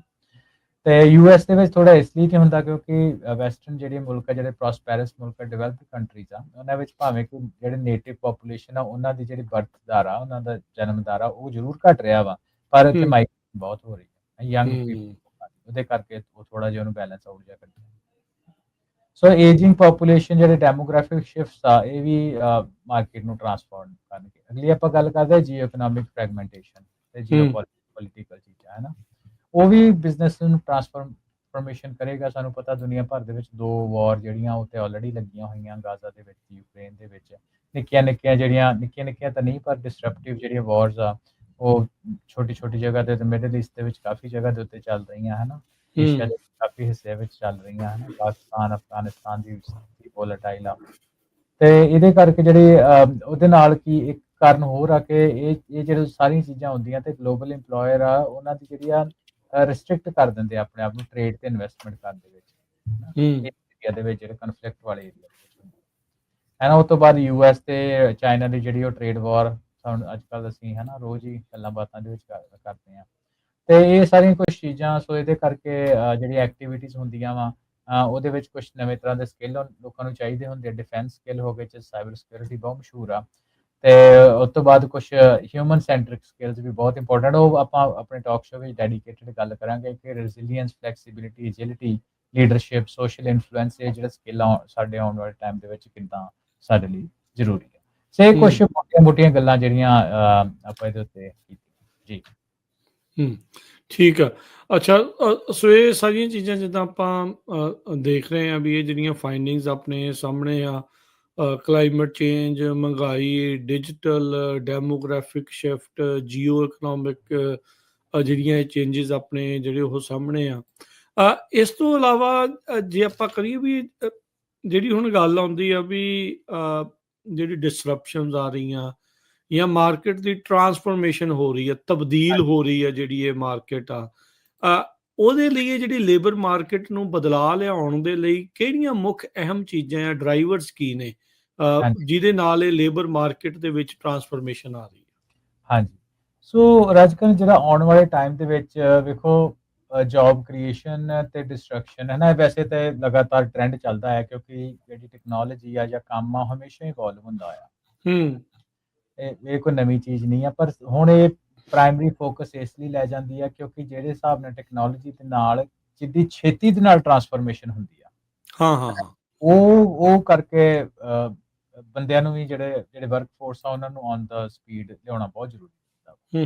ਤਾਂ ਉਹਦੇ ਵਿੱਚ ਰਾਜਕਨ ਨੇ ਇਹ ਆ ਕਿ ਜਿਹੜੇ ਕੁਝ ਸਟਰਕਚਰਲ ਲੇਬਰ ਮਾਰਕੀਟ ਟਰਾਂਸਫਰਮੇਸ਼ਨ ਆ ਉਹ ਸਾਡੇ ਸਾਹਮਣੇ ਆਉਂਦੀ ਹੈ ਨਾ। ਸੋ ਇਹਦੇ ਵਿੱਚ ਇੱਕ ਗੁੱਡ ਨਿਊਜ਼ ਆ, ਸਿਲਵਰ ਲਾਈਨਿੰਗ ਵੀ ਆ, ਉਹ ਇਹ ਆ ਕਿ ਜਿਹੜੇ ਆਉਣ ਵਾਲੇ ਟਾਈਮ ਦੇ ਵਿੱਚ ਹੈ ਨਾ, ਪਿਛਲੀ ਵਾਰ ਜਦੋਂ 2023 ਦੇ ਵਿੱਚ ਜੋ ਪ੍ਰੈਡਿਕਸ਼ਨ ਸੀ ਕਿ ਜ਼ਿਆਦਾ ਜੌਬਾਂ ਜਾਣਗੀਆਂ, ਘੱਟ ਜੌਬਾਂ ਕ੍ਰੀਏਟ ਹੋਣਗੀਆਂ, ਹੁਣ ਉਹ ਥੋੜੀ ਜਿਹੀ ਆਪਾਂ ਸ਼ਾਰਟ ਟਰਮ ਤੇ ਆਪਾਂ ਪਿਛਲੀ ਵਾਰ ਵੀ ਵੈਸੇ ਗੱਲ ਕੀਤੀ, ਟ੍ਰੈਂਡ ਤਾਂ ਉਸੇ ਹਿਸਾਬ ਦੇ ਨਾਲ ਹੀ ਆ, ਪਰ ਆਪਾਂ ਮੀਡੀਅਮ ਲੈਵਲ ਤੇ 2030 ਤੱਕ ਗੱਲ ਕਰਦੇ ਆ ਤੇ ਜਿਹੜੀਆਂ ਜੌਬਾਂ ਹੋਣਗੀਆਂ, ਭਾਵੇਂ ਕਿ ਓਵਰਆਲ ਜਿਹੜੀ ਇਕਨੋਮੀ ਹੈ ਦੁਨੀਆ ਭਰ ਦੀ ਥੋੜੀ ਜਿਹੀ ਉਹਦੀ ਗਰੋਥ ਆ ਉਹ ਥੋੜੀ ਸਲੋ ਹੋ ਜਾਏਗੀ, ਪਰ ਜਿਹੜੀਆਂ ਨੈਟ ਗਰੋਥ ਹੋਏਗੀ ਦੁਨੀਆ ਭਰ ਦੇ ਉਸ ਤਕਰੀਬਨ 7% ਜਾਂ ਤਕਰੀਬਨ 78 ਮਿਲੀਅਨ ਜੌਬਸ ਜਿਹੜੀਆਂ ਉਹ ਨੈਟ ਗਰੋਥ ਹੋਣਗੀਆਂ ਨਵੇਂ ਫੀਲਡਸ ਦੇ ਵਿੱਚ। ਅੱਛਾ, ਹਾਂਜੀ, ਸੋ ਇਹ ਮੀਡੀਅਮ ਟਰਮ ਮੈਂ ਰਾਜਕਨ ਗੱਲ ਕਰ ਰਿਹਾ ਹਾਂ, ਆਪਾਂ ਇਹਦੇ ਬਾਰੇ ਡਿਟੇਲ ਗੱਲ ਕਰਾਂਗੇ ਕਿ ਲੌਂਗ ਟਰਮ ਅਜੇ ਵੀ ਜੋ ਨੈਟ ਜਿਹੜੀਆਂ ਜੌਬਸ ਆ ਉਹਦਾ ਲਾਸ ਹੀ ਹੋਏਗਾ, ਪਰ ਮੀਡੀਅਮ ਟਰਮ ਦੇ ਉੱਤੇ ਆਪਾਂ ਗੱਲ ਕਰ ਲਈਏ ਤੇ ਉਹ ਇਸ ਤਰ੍ਹਾਂ ਹੋਏਗੀ ਕਿ 7% ਜਿਹੜਾ ਲੇਬਰ ਫੋਰਸ ਇਨਕਰੀਜ਼ ਹੋਏਗਾ। ਉਹਦਾ ਕਾਰਨ ਕੀ ਆ ਕਿ ਇਹ 2030 ਤੱਕ ਟੈਕਨੋਲੋਜੀ ਨੇ ਉੱਥੋਂ ਤੱਕ ਨਹੀਂ ਪਹੁੰਚਣਾ ਵੀ ਅਜੇ ਹਿਊਮਨਸ ਨੂੰ ਹਰ ਜਗ੍ਹਾ ਦੇ ਉੱਤੇ ਰਿਪਲੇਸ ਕਰ ਦੇਗੀ। ਮਿਸਾਲ ਦੇ ਤੌਰ ਉੱਤੇ ਬਹੁਤ ਜ਼ਿਆਦਾ ਹਿਊਮਨ ਆਪਾਂ ਨੂੰ ਵਰਕ ਫੋਰਸ ਜਿਹੜੀ ਉਹ ਚਾਹੀਦੀ ਹੈਗੀ ਆ, ਖਾਸ ਤੌਰ ਤੇ ਫਰੰਟ ਲਾਈਨ ਜੌਬਸ ਦੇ ਵਿੱਚ। ਹਾਂ, ਫਰੰਟ ਲਾਈਨ ਜੌਬ ਦੇ ਵਿੱਚ ਜਿਹਦੇ ਵਿੱਚ ਅਸੀਂ ਗੱਲ ਕਰ ਲਈਏ ਕਿ ਫਾਰਮ ਵਰਕਰ ਆ ਗਏ, delivery driver, construction worker, sales person, food processing ਹੋ ਗਏ, ਹੈ ਨਾ, ਕੇਅਰ ਇਕਨੋਮੀ ਇੱਕ ਵੱਡੀ ਆ, ਹਸਪੀਟਲਸ ਹੋ ਗਏ ਜਾਂ ਕੇਅਰ ਨਰਸਿੰਗ ਪ੍ਰੋਫੈਸ਼ਨਲ ਹੋ ਗਏ, ਸੋਸ਼ਲ ਵਰਕਰ ਹੋ ਗਏ, ਕਾਉਂਸਲਿੰਗ ਪ੍ਰੋਫੈਸ਼ਨਲ, ਪਰਸਨਲ ਕੇਅਰ, ਇਹ ਜਿਨ੍ਹਾਂ ਨੇ ਫਰੰਟ ਲਾਈਨ ਦੇ ਉੱਤੇ ਜਿਨ੍ਹਾਂ ਨੇ ਕੰਮ ਕਰਨਾ ਕੰਮ ਕਰਨਾ ਹੈ। ਤੇ ਇਹਨਾਂ ਦੀ ਜਿਹੜੀ ਗਰੋਥ ਆ ਅਗਲੇ 5 ਸਾਲਾਂ ਦੇ ਵਿੱਚ ਬਹੁਤ ਵਧੇਗੀ ਹੈਨਾ। ਹੂੰ ਸੋ ਉਹਦੇ ਵਿੱਚ ਸਾਨੂੰ ਇਹ ਕਿਉਂਕਿ ਇਹ ਚੀਜ਼ ਆਪਾਂ ਪਾਪੂਲੇਸ਼ਨ ਦੀ ਏਜਿੰਗ ਦੀ ਵੀ ਗੱਲ ਕੀਤੀ ਹੈ ਨਾ। ਸੋ ਉਹਦੇ ਵਿੱਚ ਇਹ ਆ ਕਿ ਜਦੋਂ ਏਜਿੰਗ ਦੇ ਨਾਲ ਜਿਹੜੀ ਵਰਕ ਫੋਰਸ ਆ ਲੋਕਾਂ ਦੀ ਜਿਹੜੀ ਲਾਈਫ ਐਕਸਪੈਕਟੈਂਸੀ ਆ ਉਹ ਵੱਧ ਰਹੀ ਆ ਤੇ ਇਹਦਾ ਮਤਲਬ ਕਿ ਉਹਨਾਂ ਨੂੰ ਜਿਹੜੇ 올ਡ ਏਜ ਵਾਲੇ ਲੋਕ ਆ ਉਹਨਾਂ ਦੀ ਸਰਵਿਸ ਕਰਨ ਦੇ ਲਈ ਵੀ ਆਪਾਂ ਨੂੰ ਵੱਧ ਵਰਕ ਫੋਰਸ ਦੀ ਲੋੜ ਆ। ਸੋ ਇੱਕ ਨੂੰ ਇਸ ਤਰੀਕੇ ਦੇ ਨਾਲ ਵੀ ਲਿਆ ਜਾ ਸਕਦਾ। ਦੂਸਰੇ ਜਿਹੜੇ ਫਾਸਟੈਸਟ ਗਰੋਇੰਗ ਜੌਬਸ ਆ ਜਦੋਂ ਆਪਾਂ ਪਰਸੈਂਟੇਜ ਦੇ ਹਿਸਾਬ ਦੇ ਨਾਲ ਗੱਲ ਕਰਦੇ ਆ ਤੇ ਉਹ AI ਦੇ ਫੀਲਡ ਦੇ ਵਿੱਚ ਆ ਹੈਨਾ। ਬਿਗ ਡਾਟਾ ਸਪੈਸ਼ਲਿਸਟ ਹੋ ਗਏ, ਫਿਨਟੈਕ ਹੈਨਾ, financial technology, AI machine learning specialist, software ਤੇ ਐਪਲੀਕੇਸ਼ਨ ਇੰਜੀਨੀਅਰਸ ਹੈਨਾ। ਇਹਦੇ ਵਿੱਚ ਕੁਛ ਸਰੋਤੇ ਕਹਿੰਦੇ ਹੋਣਗੇ ਕਿ ਸੌਫਟਵੇਅਰ ਦੀ 2 ਹਫ਼ਤੇ ਪਹਿਲਾਂ ਤੁਸੀਂ ਗੱਲ ਕਰਕੇ ਹਟੇ ਸੀ ਕਿ ਸੌਫਟਵੇਅਰ ਦੇ ਆਪਾਂ ਨੂੰ ਨਹੀਂ ਲੋਕਾਂ ਨੇ ਹਾਇਰ ਕਰਨੇ, ਪਰ ਉਹਦੇ ਬਾਰੇ ਵੀ ਆਪਾਂ ਗੱਲ ਕਰਾਂਗੇ ਹੈਨਾ ਅਗਲੇ ਟਾਕ ਸ਼ੋਅ ਦੇ ਵਿੱਚ ਵੀ ਇਹ ਕਿੱਦਾਂ ਰੈਲੇਵੈਂਟ ਆ। Green energy transition role, autonomous vehicle specialist, environmental engineer, renewable energy engineer, ਇਹ ਗੱਲ ਕਰੀਏ ਕੁਝ ਫਾਸਟ ਗਰੋਇੰਗ ਰੋਲ। ਤਾਂ ਹੁਣ ਜਦੋਂ ਕੁਝ ਫਾਸਟ ਗਰੋਇੰਗ ਰੋਲ ਆ ਰਾਜ ਕਰਨ ਤੇ ਘੱਟ ਕਿਹੜੇ ਰਹੇ ਆ ਹੈਨਾ। ਆਪਾਂ ਨੂੰ ਮਾੜਾ ਜਿਹਾ ਟੱਚ ਕਰ ਲੈਂਦੇ ਇੱਥੇ ਤੇ ਆਪਣੀ ਤੁਸੀਂ ਕਿਉਂਕਿ ਜੇ ਗੱਲ ਪੁੱਛੀ ਮੈਂ ਉਹਦਾ ਭੂਮਿਕਾ ਬਣਨ ਦੇ ਲਈ ਗੱਲ ਕਰ ਰਿਹਾ, ਆਪਾਂ ਸਕਿੱਲ ਗੈਪ ਦੀ ਪ੍ਰਾਇਮਰੀਲੀ ਗੱਲ ਕਰ ਰਹੇ ਹਾਂ। ਸੋ ਉਹਦੇ ਵਿੱਚ ਆਪਾਂ ਕਲੈਰੀਕਲ ਹੋ ਗਏ, ਸੈਕਟਰੀ ਹੋ ਗਏ worker, cashier, ticket clerk, administrative assistant, executive secretary ਜਿਹੜੇ ਹੁੰਦੇ ਆ ਉਹਨਾਂ ਦਾ ਬਹੁਤ ਜ਼ਿਆਦਾ ਡਿਕਲਾਈਨ ਆਏਗਾ ਅਗਲੇ 5 ਸਾਲਾਂ ਕਿਉਂਕਿ ਸਾਰੀ ਜਿਹੜੀ ਗੱਲਬਾਤ ਆ ਇਹ ਸਾਰੇ ਜਿਹੜੇ ਕੰਮ ਆ ਉਹ AI ਨੇ ਆਪਣੇ ਸਿਰ ਦੇ ਉੱਪਰ ਲੈ ਲਏ। ਰਿਡੰਡੈਂਟ ਜੌਬਸ ਜਿਹੜੀਆਂ ਆਪਾਂ ਕਹਿੰਦੇ ਹੁੰਦੇ ਸੀਗੇ ਅਕਸਰ। ਹਾਂਜੀ। ਸੋ ਉਹਦੇ ਵਿੱਚ ਰਾਜਕਰਨ ਹੁਣ ਇਹਦੇ ਨਾਲ ਵੇਖੋ ਟਰਾਂਸਫਰਮੇਸ਼ਨ ਕਿੱਦਾਂ ਆਊਗੀ ਹੈਨਾ। ਟਰਾਂਸਫਰਮੇਸ਼ਨ ਕੀ ਆ ਉਹਦੇ ਵਿੱਚ ਇਹ ਆ ਕਿ ਜਿਹੜੇ ਵਰਕਰਸ ਆ ਐਕਸਪੈਕਟ ਕਰਨ ਕਿ ਤਕਰੀਬਨ 40% ਦੇ ਕਰੀਬ ਜਿਹੜੇ ਵਰਕਰ ਆ ਉਹਨਾਂ ਦੇ ਜਿਹੜੇ ਅੱਜ ਉਹ ਸਕਿੱਲ ਦੇ ਉੱਤੇ ਕੰਮ ਕਰ ਰਹੇ ਆ ਮਤਲਬ ਕਿ 40% ਇਜ਼ ਅ ਹਿਊਜ ਨੰਬਰ, ਅੱਧੇ ਤੋਂ ਥੋੜਾ ਜਿਹਾ ਘੱਟ ਹੋ ਗਿਆ। 40% ਜਿਹੜੇ ਐਗਜ਼ਿਸਟਿੰਗ ਸਕਿੱਲ ਸੈਟ ਉਹ ਅਗਲੇ 5 ਸਾਲਾਂ 'ਚ ਟਰਾਂਸਫਾਰਮ ਹੋ ਜਾਣਗੇ। ਅੱਛਾ 40% 39% ਟੂ ਬੀ ਸਪੈਸੀਫਿਕ। ਸੋ ਇਹ ਜਾਂ ਇਹ ਟਰਾਂਸਫਾਰਮ ਕਰਨੇ ਪੈਣੇ ਜਾਂ ਆਊਟਡੇਟ ਹੋ ਜਾਣਗੇ 2030 ਤੱਕ। ਸੋ ਇਹਨੂੰ ਇੱਕ ਮੈਜਰਮੈਂਟ ਦੇ ਲਈ ਟਰਮ ਯੂਜ਼ ਕਰਦੇ ਉਹਨੂੰ ਕਹਿੰਦੇ ਆ ਸਕਿੱਲ ਇਨਸਟੇਬਿਲਿਟੀ ਹੈਨਾ। ਸੋ ਇਹ ਭਾਵੇਂ ਕਿ ਤੁਹਾਨੂੰ ਹੈਰਾਨ ਨਹੀਂ ਹੋਏ ਇਸ ਚੀਜ਼ ਨੂੰ ਲੈ ਕੇ, ਪਰ ਜਦੋਂ ਪਿਛਲੀ ਵਾਰ 2023 ਦੀ ਆਪਾਂ ਜੌਬਸ ਰਿਪੋਰਟ ਕੀਤੀ ਉੱਥੇ ਨੰਬਰ 44% ਉਹਦੇ ਤੋਂ ਘੱਟ ਆ। ਤੇ ਜਦੋਂ ਆਪਾਂ 2020 ਦੇ ਵਿੱਚ ਗੱਲ ਕਰਦੇ ਆ ਜੌਬ ਦੀ ਤੇ ਉਹਦੇ ਵਿੱਚ ਇਹ ਜਿਹੜੀ ਗਿਣਤੀ 57% ਸੀ। ਸੋ ਇੱਕ ਪਾਸੇ ਤਾਂ ਸਿਲਵਰ ਲਾਈਨ ਆ ਕਿ ਜਿਹੜੀ ਉਹ ਲੈਵਲ ਆਫ ਹੋ ਰਹੀ ਆ, ਪਰ ਫਿਰ ਵੀ 40% is a huge number, still ਬਹੁਤ ਵੱਡਾ ਨੰਬਰ। ਸੋ ਰੀਸਕਿਲ ਜਾਂ ਅਪਸਕਿਲ ਕਰਨੇ ਪੈਣੇ, ਜੇ ਨਹੀਂ ਤਾਂ ਫਿਰ ਇਹ ਜਿਹੜੇ ਆਬਸੋਲੇਟ ਹੋ ਜਾਣਗੇ। ਸੋ ਇਹਦੇ ਨਾਲ ਰਾਜਕਰਨ ਇਹ ਆ ਕਿ ਹੁਣ ਦੇਖੋ ਇਵੋਲਵਿੰਗ ਜਿਹੜੇ ਬਿਜ਼ਨੈਸਿਸ ਆ ਉਹਨਾਂ ਦੀ ਜਿਹੜੀ ਡਿਮਾਂਡਸ ਉਹ ਡਿਫਰੈਂਟ ਹੋ ਰਹੀਆਂ ਤੇ ਜਿਹੜੇ ਸਕੇਲ ਦੇ ਉੱਤੇ ਆਪਣੀ ਵਰਕਫੋਰਸ ਦੀ ਸਕਿਲਿੰਗ ਤੇ ਰੀਸਕਿਲਿੰਗ ਕਰਨੀ ਪੈਣੀ ਆ ਤੇ ਉਹਦੇ ਵਿੱਚੋਂ ਜਿੱਦਾਂ ਤੁਸੀਂ ਪਹਿਲੇ ਗੱਲ ਕਰਦੇ ਹੁੰਦੇ ਕਿ 100% ਲੋਕਾਂ ਨੇ ਤੇ ਰੀਸਕਿਲ ਹੋਣਾ ਨਹੀਂ ਆ, ਉਹਦੇ ਵਿੱਚੋਂ ਰਿਟਾਇਰ ਹੋ ਜਾਣਗੇ, ਕੁਝ ਡ੍ਰੌਪ ਹੋ ਜਾਣਗੇ ਤੇ ਉਹਦੇ ਵਿੱਚ ਇੱਕ ਮੋٹے ਤੌਰ ਦੇ ਉੱਤੇ ਅੰਦਾਜ਼ਾ ਇਹ ਲਾਇਆ ਜਾ ਰਿਹਾ ਕਿ 59 ਦੇ ਕਰੀਬ ਜਿਹੜੇ ਲੋਕੀ ਆ ਉਹਨਾਂ ਨੂੰ ਅਪਸਕਿਲ ਕਰਨਾ ਤੇ ਉਹਨਾਂ ਦੇ ਵਿੱਚੋਂ 29 ਦੇ ਕਰੀਬ ਜਿਹੜੇ ਲੋਕ ਅਪਸਕਿਲ ਜਾਂ ਹੁਣ ਦੀ ਕੈਪੇਬਿਲਿਟੀ ਰੱਖਦੇ ਤੇ ਜਾਂ ਬਾਕੀ ਜਿਹੜੇ ਹੈਗੇ ਉਹ ਆਪਣੀ ਜੌਬ ਚੇਂਜ ਕਰ ਲੈਣਗੇ ਜਾਂ ਬਿਜ਼ਨਸ। ਸੋ ਇਹ ਸਾਰੀ ਚੀਜ਼ਾਂ ਜਿਹੜੀ ਹੈ ਡਿਸਟਰਪਸ਼ਨ ਕ੍ਰੀਏਟ ਕਰਦੀ। ਸੋ ਸਕਿੱਲ ਗੈਪ ਤਾਂ ਰਹਿੰਦਾ ਹੀ ਹੈ ਨਾ ਜੀ। ਹਾਂ ਨਹੀਂ ਇਹ ਦੇਖੋ ਇਹੀ ਆ ਜਿਹੜੀ ਲੇਬਰ ਮਾਰਕੀਟ ਦੀ ਟਰਾਂਸਫਰਮੇਸ਼ਨ ਜਿਹੜੀ ਉਹ ਆ ਰਹੀ ਆ। ਅੱਛਾ ਹੁਣ ਜਦੋਂ ਤੁਸੀਂ ਇਹ ਕਹਿੰਦੇ ਆ ਵੀ 39% 40% ਜਾਂ ਜਿਹੜੇ ਕਹਿੰਦੇ ਵੀ ਸਟਾਫ ਕਰਨਾ ਆ ਸਕਿੱਲ ਲੈਵਲ ਜਿਹੜੇ ਉਹ ਵਾਲੇ ਸਕਿੱਲ ਵਾਲੇ ਉਹਨਾਂ ਨੂੰ ਤੋੜ ਦੇਣਾ ਆ, ਉਹਨਾਂ ਵਿੱਚ ਤੁਸੀਂ ਕਾਫੀ ਜਿਹੜੇ ਜਿਹੜੀਆਂ ਕੀਤੀਆਂ ਕੈਸ਼ੀਅਰ, ਐਡਮਿਨਿਸਟ੍ਰੇਟਿਵ, ਐਗਜ਼ੈਕਟਿਵ, ਕਲਰਕੀਅਲ ਜਿਹੜੀਆਂ ਜੌਬਸ ਆ ਬੇਸਿਕਲੀ ਡਾਟਾ ਐਂਟਰੀ ਜੌਬਸ ਜਾਂ ਜਿਹਦੇ ਨਾਲ ਬਹੁਤ ਥੋੜਾ ਇੱਕ ਵਾਰਤਾਲਾਪ ਜਿਹੜਾ ਉਹ ਕਰਨ ਵਾਲੀਆਂ ਜਿਹੜੀਆਂ ਗੱਲਾਂ ਆ ਆਪਣੀ ਕਮਿਊਨਿਟੀ ਕਾਫੀ ਜ਼ਿਆਦਾ ਇਹ ਇਦਾਂ ਦੀਆਂ ਜੌਬ ਇਹ ਵਾਲੀ ਸਕਿੱਲ ਦੇ ਨਾਲ ਇਨਵੋਲਵ ਜਿਹੜੀਆਂ ਉਹ ਹੈਗੀਆਂ ਆ। ਆਪਾਂ ਹਰ ਵਾਰੀ ਇਹ ਚਿੰਤਾ ਦੇ ਨਾਲ ਆਪਾਂ ਗੱਲ ਕਰਦੇ ਆ ਵੀ ਆਪਾਂ ਸਕਿੱਲ ਨੂੰ ਅਪ ਸਕੇਲ ਕਿੱਦਾਂ ਕਰਨਾ ਹੈ, ਆਪਣੇ ਆਪ ਨੂੰ ਅਪ ਸਕਿੱਲ ਜਿੱਦਾਂ ਉਹ ਕਿੱਦਾਂ ਕਰਨਾ ਆ। ਸੋ ਇਹ ਕੋਈ ਡਰਾਉਣ ਦਾ ਮਕਸਦ ਨਹੀਂ, ਬਟ ਇਹ ਜਿਹੜੇ ਫਿਊਚਰ ਜੌਬਸ ਦੀਆਂ ਪ੍ਰੈਡਿਕਸ਼ਨਸ ਦੇ ਵਿੱਚ ਆਪ ਇੰਪਲੋਇਰਸ ਕਹਿ ਰਹੇ ਆ ਵੀ ਅਸੀਂ ਇਹਨਾਂ ਨੂੰ ਜਿਹੜਾ ਉਹ ਰਿਡਿਊਸ ਕਰ ਸਕਦੇ ਆ, ਇਹਦੇ ਵੱਲ ਨੂੰ ਚੇਂਜਸ ਜਿਹੜਾ ਉਹ ਲਿਆ ਸਕਦੇ ਆ।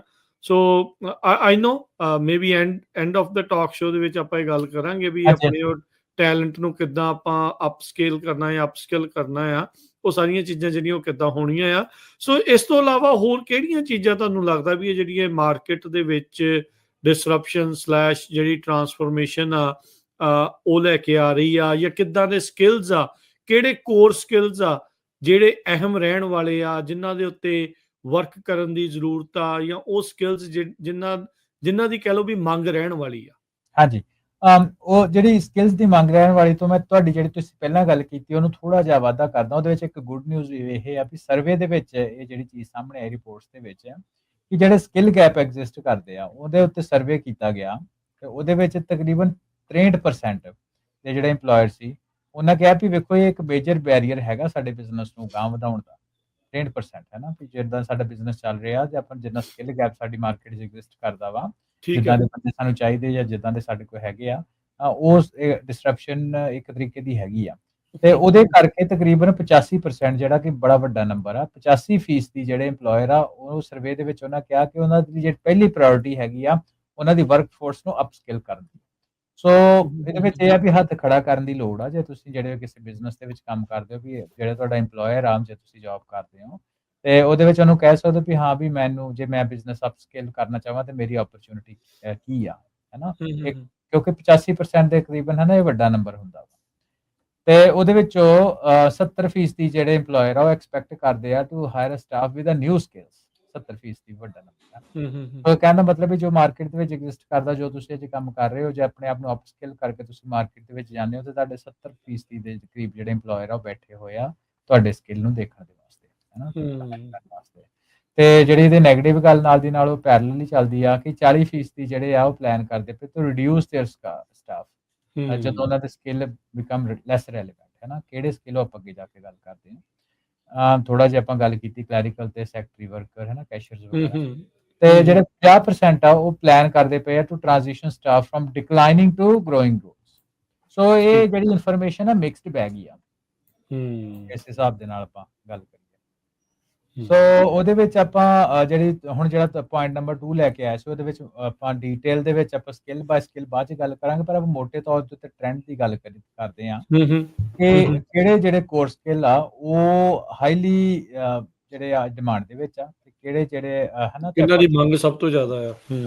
ਸੋ ਰਾਜਕਰਨ ਉਹ ਇੱਕ ਸੌਫਟ ਸਕਿੱਲ ਆ ਜਿਹਦਾ ਨਾਮ ਹੈਗਾ ਐਨਾਲਿਟੀਕਲ ਥਿੰਕਿੰਗ, ਜਿਹਨੂੰ ਆਪਾਂ ਕਹਿੰਦੇ ਬੰਦੇ ਦੀ ਸੋਚਣ ਸਮਝਣ ਐਕਟ ਕਰਨ ਦੀ ਸਮਰੱਥਾ, ਜਿੱਦਾਂ ਚੀਜ਼ਾਂ ਨੂੰ ਸਮਝਣ ਦੀ ਸਮਰੱਥਾ ਤੇ ਉਹਦੇ ਉੱਤੇ ਐਕਟ ਕਰਦੇ ਉਹਨੂੰ ਐਨਾਲਿਟੀਕਲ ਥਿੰਕਿੰਗ। ਇਹ ਸਭ ਤੋਂ ਵੱਧ ਜਿਹੜੀ ਮੰਗ ਆ ਇਸ EMPLOYER ਦੇ ਵਿੱਚ ਕਿ 70% ਦੀ ਜਿਹੜੀ ਤਕਰੀਬਨ ਕੰਪਨੀ ਆ ਉਹਨੂੰ ਇਹ ਤੇ ਚੀਜ਼ ਨੂੰ ਐਸੈਂਸ਼ੀਅਲੀ ਮੰਨਦੀਆਂ ਨੇ ਵੀ ਬੰਦੇ ਦੇ ਕੋਲ ਐਨਾਲਿਟੀਕਲ ਥਿੰਕਿੰਗ ਹੈ ਕਿ ਨਹੀਂ। ਤੇ ਨੰਬਰ 2 ਦੇ ਉੱਤੇ ਰੈਸਿਲੀਅੰਸ, ਬਾਰ-ਬਾਰ ਫੇਲ ਹੋਣ ਤੋਂ ਬਾਅਦ ਵੀ ਤੁਸੀਂ ਅੱਗੇ ਨਿਕਲਦੇ ਹੋ। ਤੀਸਰੀ ਚੀਜ਼ ਹੈ ਫਲੈਕਸੀਬਿਲਿਟੀ ਹੈ ਵੀ ਜੇ ਇੱਕ ਤਰੀਕੇ ਨਾਲ ਕੰਮ ਨਹੀਂ ਹੋਇਆ ਤਾਂ ਦੂਸਰੇ ਤਰੀਕੇ ਨਾਲ ਕੰਮ ਕਰਨ ਦੀ ਸਮਰੱਥਾ, thinking out of the box ਵੀ ਉਹਨੂੰ ਕਹਿ ਦਿੰਦੇ ਆ, ਹੈ ਨਾ, ਫਲੈਕਸੀਬਿਲਿਟੀ ਐਂਡ ਐਜਿਲਿਟੀ। ਤੇ ਅਗਲੀ ਚੀਜ਼ ਹੈਗੀ ਆ ਲੀਡਰਸ਼ਿਪ ਤੇ ਸੋਸ਼ਲ ਇਨਫਲੂਐਂਸ।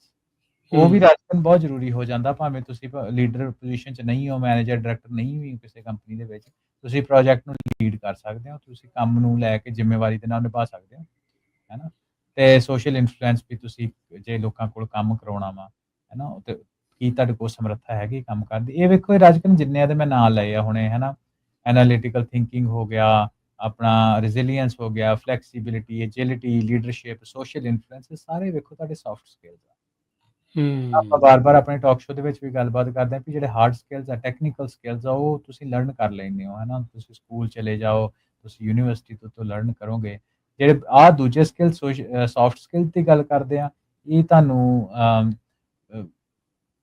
ਲੋਕਾਂ ਦੇ ਨਾਲ ਮਿਲ ਵਰਤ ਕੇ, ਲੋਕਾਂ ਦੇ ਨਾਲ ਕੰਮ ਕਰਕੇ, ਸਮੂਹ ਦੇ ਵਿੱਚ ਲੋਕਾਂ ਨਾਲ ਇੰਟਰੈਕਟ ਕਰਕੇ, ਹੈ ਨਾ, ਤੁਹਾਡੇ ਫੈਮਿਲੀ ਵੈਲਿਊਜ਼ ਕੀ ਆ ਉਹਦੇ ਤੋਂ ਇਹ ਚੀਜ਼ਾਂ, ਮੈਨੂੰ ਲੱਗਦਾ ਮੇਰੇ ਓਪੀਨੀਅਨ ਇਹ ਕਹਿੰਦਾ ਕਿ ਇਹ ਚੀਜ਼ਾਂ ਕਾਫੀ ਇਨਫਲੂਐਂਸ ਕਰਦੀਆਂ। ਇਹ ਤਾਂ ਹੈ। ਸੋ ਹੈ ਨਾ, ਤੁਸੀਂ ਘਰ ਦੇ ਵਿੱਚ ਹੈਗੇ ਹੋ, ਕੋਈ 4 ਬੰਦੇ ਹੈਗੇ ਆ ਤਾਂ ਤੁਹਾਡੀ ਸਮਰੱਥਾ ਕੀ ਆ ਘਰ ਨੂੰ ਅੱਗੇ ਲੈ ਕੇ ਜਾਣ ਦੀ, ਜਾਂ ਪਰਿਵਾਰ ਦੇ ਵਿੱਚ ਤੁਸੀਂ ਰਲ ਮਿਲ ਕੇ ਐਜ਼ ਅ ਟੀਮ ਵਰਕ ਕਰ ਲੈਂਦੇ ਹੋ, ਹੈ ਨਾ। ਜੇ ਕੋਈ ਪਰਿਵਾਰ ਦੇ ਵਿੱਚ ਕੋਈ ਗੱਲ ਕਹਿੰਦਾ ਵਾ ਉਹਨੂੰ ਕਿੰਨੀ ਦੇਰ ਤੇ ਲਾਉਣੀ, ਕਿੰਨੀ ਇਗਨੋਰ ਕਰਨੀ ਹੈ ਨਾ, ਫਿਰ ਵੀ ਨਾਲ ਲੈ ਕੇ ਚੱਲਣਾ। ਇਹ ਸਾਰੇ over the period of time 1-2 ਦਿਨ ਜਾਂ ਸਾਲਾਂ 2 ਸਾਲਾਂ ਵਾਲੇ ਸਕਿੱਲ ਨਹੀਂ ਹੁੰਦੇ, ਇਹਦੇ ਲਈ ਪੂਰਾ ਤੁਹਾਨੂੰ ਇੱਕ ਇਕੋਸਿਸਟਮ ਚਾਹੀਦਾ ਹੁੰਦਾ। ਸੋ ਆਪਾਂ ਦੂਸਰੀ ਗੱਲ ਕਰਦੇ ਹਾਂ, ਇਹ ਤਾਂ ਹੋ ਗਿਆ ਸੌਫਟ ਸਕਿੱਲ ਦੀ। ਹੁਣ ਆਪਾਂ ਹਾਰਡ ਸਕਿੱਲ ਦੀ ਗੱਲ ਕਰਦੇ ਹਾਂ, ਤਾਂ ਉਹਦੇ ਵਿੱਚ ਆਪਾਂ ਨੂੰ ਕੁਝ ਸਰਪ੍ਰਾਈਜ਼ ਨਹੀਂ ਆ ਵੀ AI ਤੇ ਬਿਗ ਡੇਟਾ ਟੌਪ ਸਕਿੱਲ ਦੇ ਵਿੱਚ ਆ। ਉਸ ਤੋਂ ਬਾਅਦ ਨੰਬਰ 2 ਦੇ ਉੱਤੇ ਉਹ ਵੀ ਆਪਾਂ ਦੇ ਲਈ ਕੋਈ ਹੈ ਨਹੀਂ ਆ ਕਿ ਸਾਈਬਰ ਸਿਕਿਉਰਿਟੀ ਨੰਬਰ 2 ਹਾਂ, ਸੁਰੱਖਿਆ ਦਾ ਅੱਜ ਕੱਲ ਜਿਹੜਾ ਨੈਟਵਰਕ ਤੇ ਸਾਈਬਰ ਸਿਕਿਉਰਿਟੀ ਤੇ ਟੈਕਨੋਲੋਜੀ ਲਿਟਰੇਸੀ ਜਿਹੜੀ ਉਹ ਆ ਗਈ। ਇਹਨਾਂ ਨੂੰ ਨਾਲ ਦੇ ਨਾਲ ਇਹਨਾਂ ਦੇ ਸਿਸਟਰ ਟੈਕਨੋਲੋਜੀਜ਼ ਕਹ ਲਓ ਜਾਂ ਇਹਨਾਂ ਨੂੰ ਕੰਪਲੀਮੈਂਟ ਕਰਦੀਆਂ ਟੈਕਨੋਲੋਜੀ ਸਕਿੱਲ ਆ ਜਾਂਦੇ ਆ, ਹਨਾ। ਕ੍ਰੀਏਟਿਵ ਥਿੰਕਿੰਗ ਦੀ ਆਪਾਂ ਗੱਲ ਕੀਤੀ ਕਿ thinking out of the box, ਤੇ ਇਹ ਸਾਰੀਆਂ ਜਿਹੜੀਆਂ ਚੀਜ਼ਾਂ ਵਾ ਇਹ ਜਿਹੜੀ ਇਹਨਾਂ ਉੱਤੇ ਜਿਹੜਾ ਫੋਕਸ ਆ ਅਗਲੇ 5 ਸਾਲਾਂ 'ਚ ਹੋਰ ਹੋਊਗਾ। ਹੁਣ ਜਿਹੜੀਆਂ ਚੀਜ਼ਾਂ ਦਾ ਨੈਗੇਟਿਵ ਇੰਪੈਕਟ ਕੀ ਆ ਗਏ, ਮੋਟੇ ਤੌਰ ਦੇ ਉੱਤੇ ਆਪਾਂ ਗੱਲ ਕਰ ਰਹੇ ਹਾਂ, ਡਿਟੇਲਸ ਆਪਾਂ ਲੇਟਰ ਔਨ ਕਰਾਂਗੇ। ਉਹਦੇ ਵਿੱਚ ਇਹ ਆ ਕਿ ਜਿਹੜੇ ਮੈਨੂਅਲ ਵੀ ਬੰਦੇ 'ਚ ਸਮਰੱਥਾ ਕਿੰਨੀ ਆ ਵੀ ਮੈਂ ਬੜਾ ਭਾਰ ਚੱਕ ਲੈਣਾ ਜਾਂ ਹਨਾ ਮੈਂ ਇਦਾਂ ਦੇ ਕੰਮ ਕਰ ਲੈਣਾ, ਉਹ ਵੀ ਇੰਡਿਓਰੈਂਸ ਮੈਂ ਇੰਨੇ ਚਿਰ ਤੱਕ ਕੰਮ ਕਰ ਲੈਣਾ ਵਾ ਤੇ ਇੰਨੀ ਪ੍ਰੈਸੀਜਨ ਦੇ ਨਾਲ ਕੰਮ ਕਰ ਲੈਣਾ ਵਾ, ਉਹ ਜਿਹੜੇ ਅੱਜ ਕੱਲ੍ਹ ਨੂੰ ਉਹਨਾਂ ਦੇ ਉੱਤੇ ਅਸੀਂ ਨੈਟ ਡਿਕਲਾਈਨ ਦੇਖਿਆ ਤੇ ਤਕਰੀਬਨ 25% ਦੇ 1/4 ਲੋਕ ਕਹਿੰਦੇ ਕਿ ਇਹਨਾਂ ਲੋਕਾਂ ਦੀ ਇਹ ਜਿਹੜੇ ਸਕਿੱਲ ਆ ਹਿਊਮਨਸ ਦੇ ਵਿੱਚ ਆਪਾਂ ਲੋੜ ਨਹੀਂ ਹੈ, ਕਿਉਂਕਿ ਨੈਚੁਰਲੀ ਮਸ਼ੀਨਸ ਜਿਹੜੀਆਂ ਉਹ ਮਚ ਰੋਬੋਟਸ AI ਜਿਹੜੀਆਂ ਬੈਟਰ ਕਰ ਸਕਦੀਆਂ ਜਾਂ ਵੱਡੇ ਪੱਧਰ ਤੇ ਕਰ ਸਕਦੀਆਂ, ਕਿਤੇ ਬਚੂਗੀ ਇਹ ਜੌਬ। ਹਾਂਜੀ। ਸੋ ਪਹਿਲਾਂ ਹੁੰਦਾ ਨਾ ਵੀ ਤਾਕਤਵਰ ਬੰਦੇ ਚਾਹੀਦੇ ਯਾਰ, ਤਗੜੇ ਸਰੀਰ ਬੰਦੇ ਚਾਹੀਦੇ ਕੰਮ ਕਰਨ, ਹੁਣ ਨਾ ਮਸ਼ੀਨਾਂ ਉਹ ਕੰਮ ਕਰ ਲੈਂਦੇ। ਆਈ ਥਿੰਕ ਇਹ ਵੀ ਆਪਾਂ ਨੂੰ ਕੋਈ ਸਰਪ੍ਰਾਈਜ਼ ਨਹੀਂ ਜੀ। ਅੱਛਾ ਹਰਵਿੰਦਰ, ਇੱਕ ਆਪਾਂ ਇੱਥੇ ਬ੍ਰੇਕ ਲਾ ਲੈਨੇ, ਫਿਰ ਆਪਾਂ ਉਹਨਾਂ ਸਕਿੱਲਸ ਦੀ ਜਿਹੜੀ ਆ ਹੋਰ ਸੌਟ ਆਊਟ ਜਿਹੜੀਆਂ ਸਕਿੱਲਸ ਹੈਗੇ ਆ ਉਹਨਾਂ ਬਾਰੇ ਜਿਹੜੀ ਆ ਹੋਰ ਗੱਲਬਾਤ ਜਿਹੜੀ ਉਹ ਕਰਦੇ ਆ। ਸੋ ਇੱਕ ਬ੍ਰੇਕ ਦਾ ਵਕਤ ਹੋ ਗਿਆ, ਬ੍ਰੇਕ ਲੈਂਦੇ ਹਾਂ, ਬ੍ਰੇਕ ਤੋਂ ਬਾਅਦ ਜੁੜਦੇ ਇੱਦਾਂ ਹੀ ਵਾਪਸ। ਪ੍ਰੋਗਰਾਮ ਚੱਲਦਾ ਰਹੇਗਾ ਪੰਜਾਬੀ ਟੈਕ ਟਾਕ ਜੀ। ਬ੍ਰੇਕ ਤੋਂ ਬਾਅਦ ਇੱਕ ਵਾਰੀ ਫਿਰ ਆਪ ਸਭ ਦਾ ਸਵਾਗਤ ਹੈ ਜੀ। ਪ੍ਰੋਗਰਾਮ ਚੱਲ ਰਿਹਾ ਇਸ ਮੌਕੇ ਪੰਜਾਬੀ ਟੈਕ ਟਾਕ। ਹਰਵਿੰਦਰ ਸਿੰਘ ਕੰਗ ਆਪਣੇ ਨਾਲ ਜੁੜੇ ਹੋਏ ਨੇ। ਹਰਵਿੰਦਰ ਜੀ, ਆਇਆਂ ਨੂੰ ਇੱਕ ਵਾਰੀ ਫਿਰ ਸਵਾਗਤ ਹੈ। ਸਤਿ ਸ਼੍ਰੀ ਅਕਾਲ। ਸਤਿ ਸ਼੍ਰੀ ਅਕਾਲ। ਰਾਜਕਨਵੀਰ ਸਿੰਘ ਤੇ ਪੰਜਾਬੀ ਰੇਡੀਓ USA ਸੁਣਨ ਵਾਲੇ, ਪੰਜਾਬੀ TV ਵੇਖ ਰਹੇ ਸਾਰੇ ਸਰੋਤਿਆਂ ਦਾ ਤੇ ਵਿਊਅਰਸ ਦਾ ਇੱਕ ਵਾਰੀ ਫਿਰ ਤੋਂ ਨਿੱਘਾ ਜੀ ਆਖਦੇ ਹਾਂ ਛੋਟੀ ਜਿਹੀ ਬ੍ਰੇਕ ਤੋਂ ਬਾਅਦ ਪ੍ਰੋਗਰਾਮ ਪੰਜਾਬੀ ਟੈਕ ਟਾਕ ਦੇ ਵਿੱਚ। ਅੱਛਾ ਹਰਵਿੰਦਰ, ਜੌਬਸ ਦੀ ਆਪਾਂ ਗੱਲ ਕਰ ਰਹੇ ਹਾਂ। ਵਰਲਡ ਇਕਨੋਮਿਕ ਫੋਰਮ ਦੇ ਜਿਹੜੇ ਫਿਊਚਰ ਆਫ ਜੌਬਸ ਰਿਪੋਰਟ ਦੀ ਚਰਚਾ ਜਿਹੜੀ ਉਹ ਚੱਲ ਰਹੀ ਆ। ਆਪਾਂ ਹੁਣ ਉਹ ਸਕਿੱਲਸ ਦੀ ਗੱਲ ਕਰਦੇ ਹਾਂ ਜਿਹੜੀਆਂ ਸੌਟ ਆਫਟਰ ਨੇ। 2030 ਤੱਕ ਕਿਹੜੀਆਂ ਜਿਹੜੀਆਂ ਸਕਿੱਲਸ ਆ ਉਹਨਾਂ ਦੀ ਜਿਹੜੀ ਜ਼ਿਆਦਾ ਮੰਗ ਰਹਿਣ ਵਾਲੀ ਹੈ, ਕਿਹੜੇ ਉਹ ਕੋਰ ਸਕਿੱਲਸ ਆ ਜਿਹੜੇ ਇੰਪਲੋਇਰ ਭਾਲ ਰਹੇ ਨੇ ਆਪਣੇ ਇੰਪਲੋਇਜ਼ ਦੇ ਵਿੱਚ।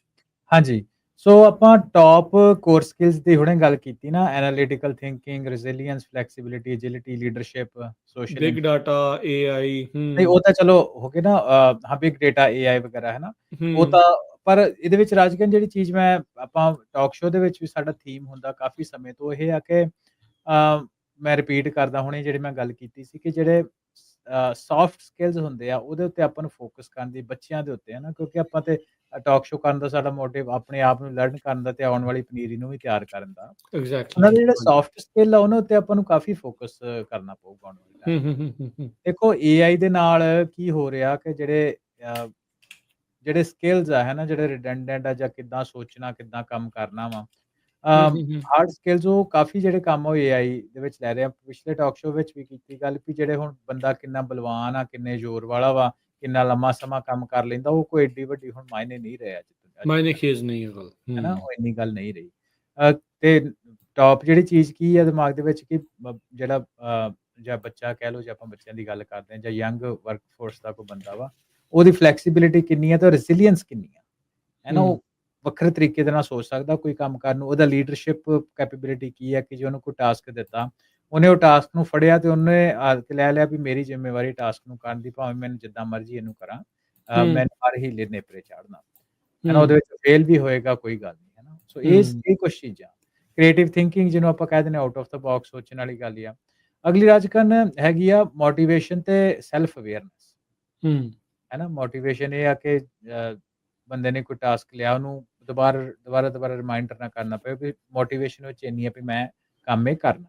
ਸੈਲਫ ਅਵੇਅਰਨੈਸ ਆ, ਆਪਣੀ ਉਹਨੂੰ ਸਮਰੱਥਾ ਪਤਾ, ਮੈਂ ਕੀ ਕੁਛ ਕਰ ਸਕਦਾ, ਕੀ ਨਹੀਂ ਕਰ ਸਕਦਾ।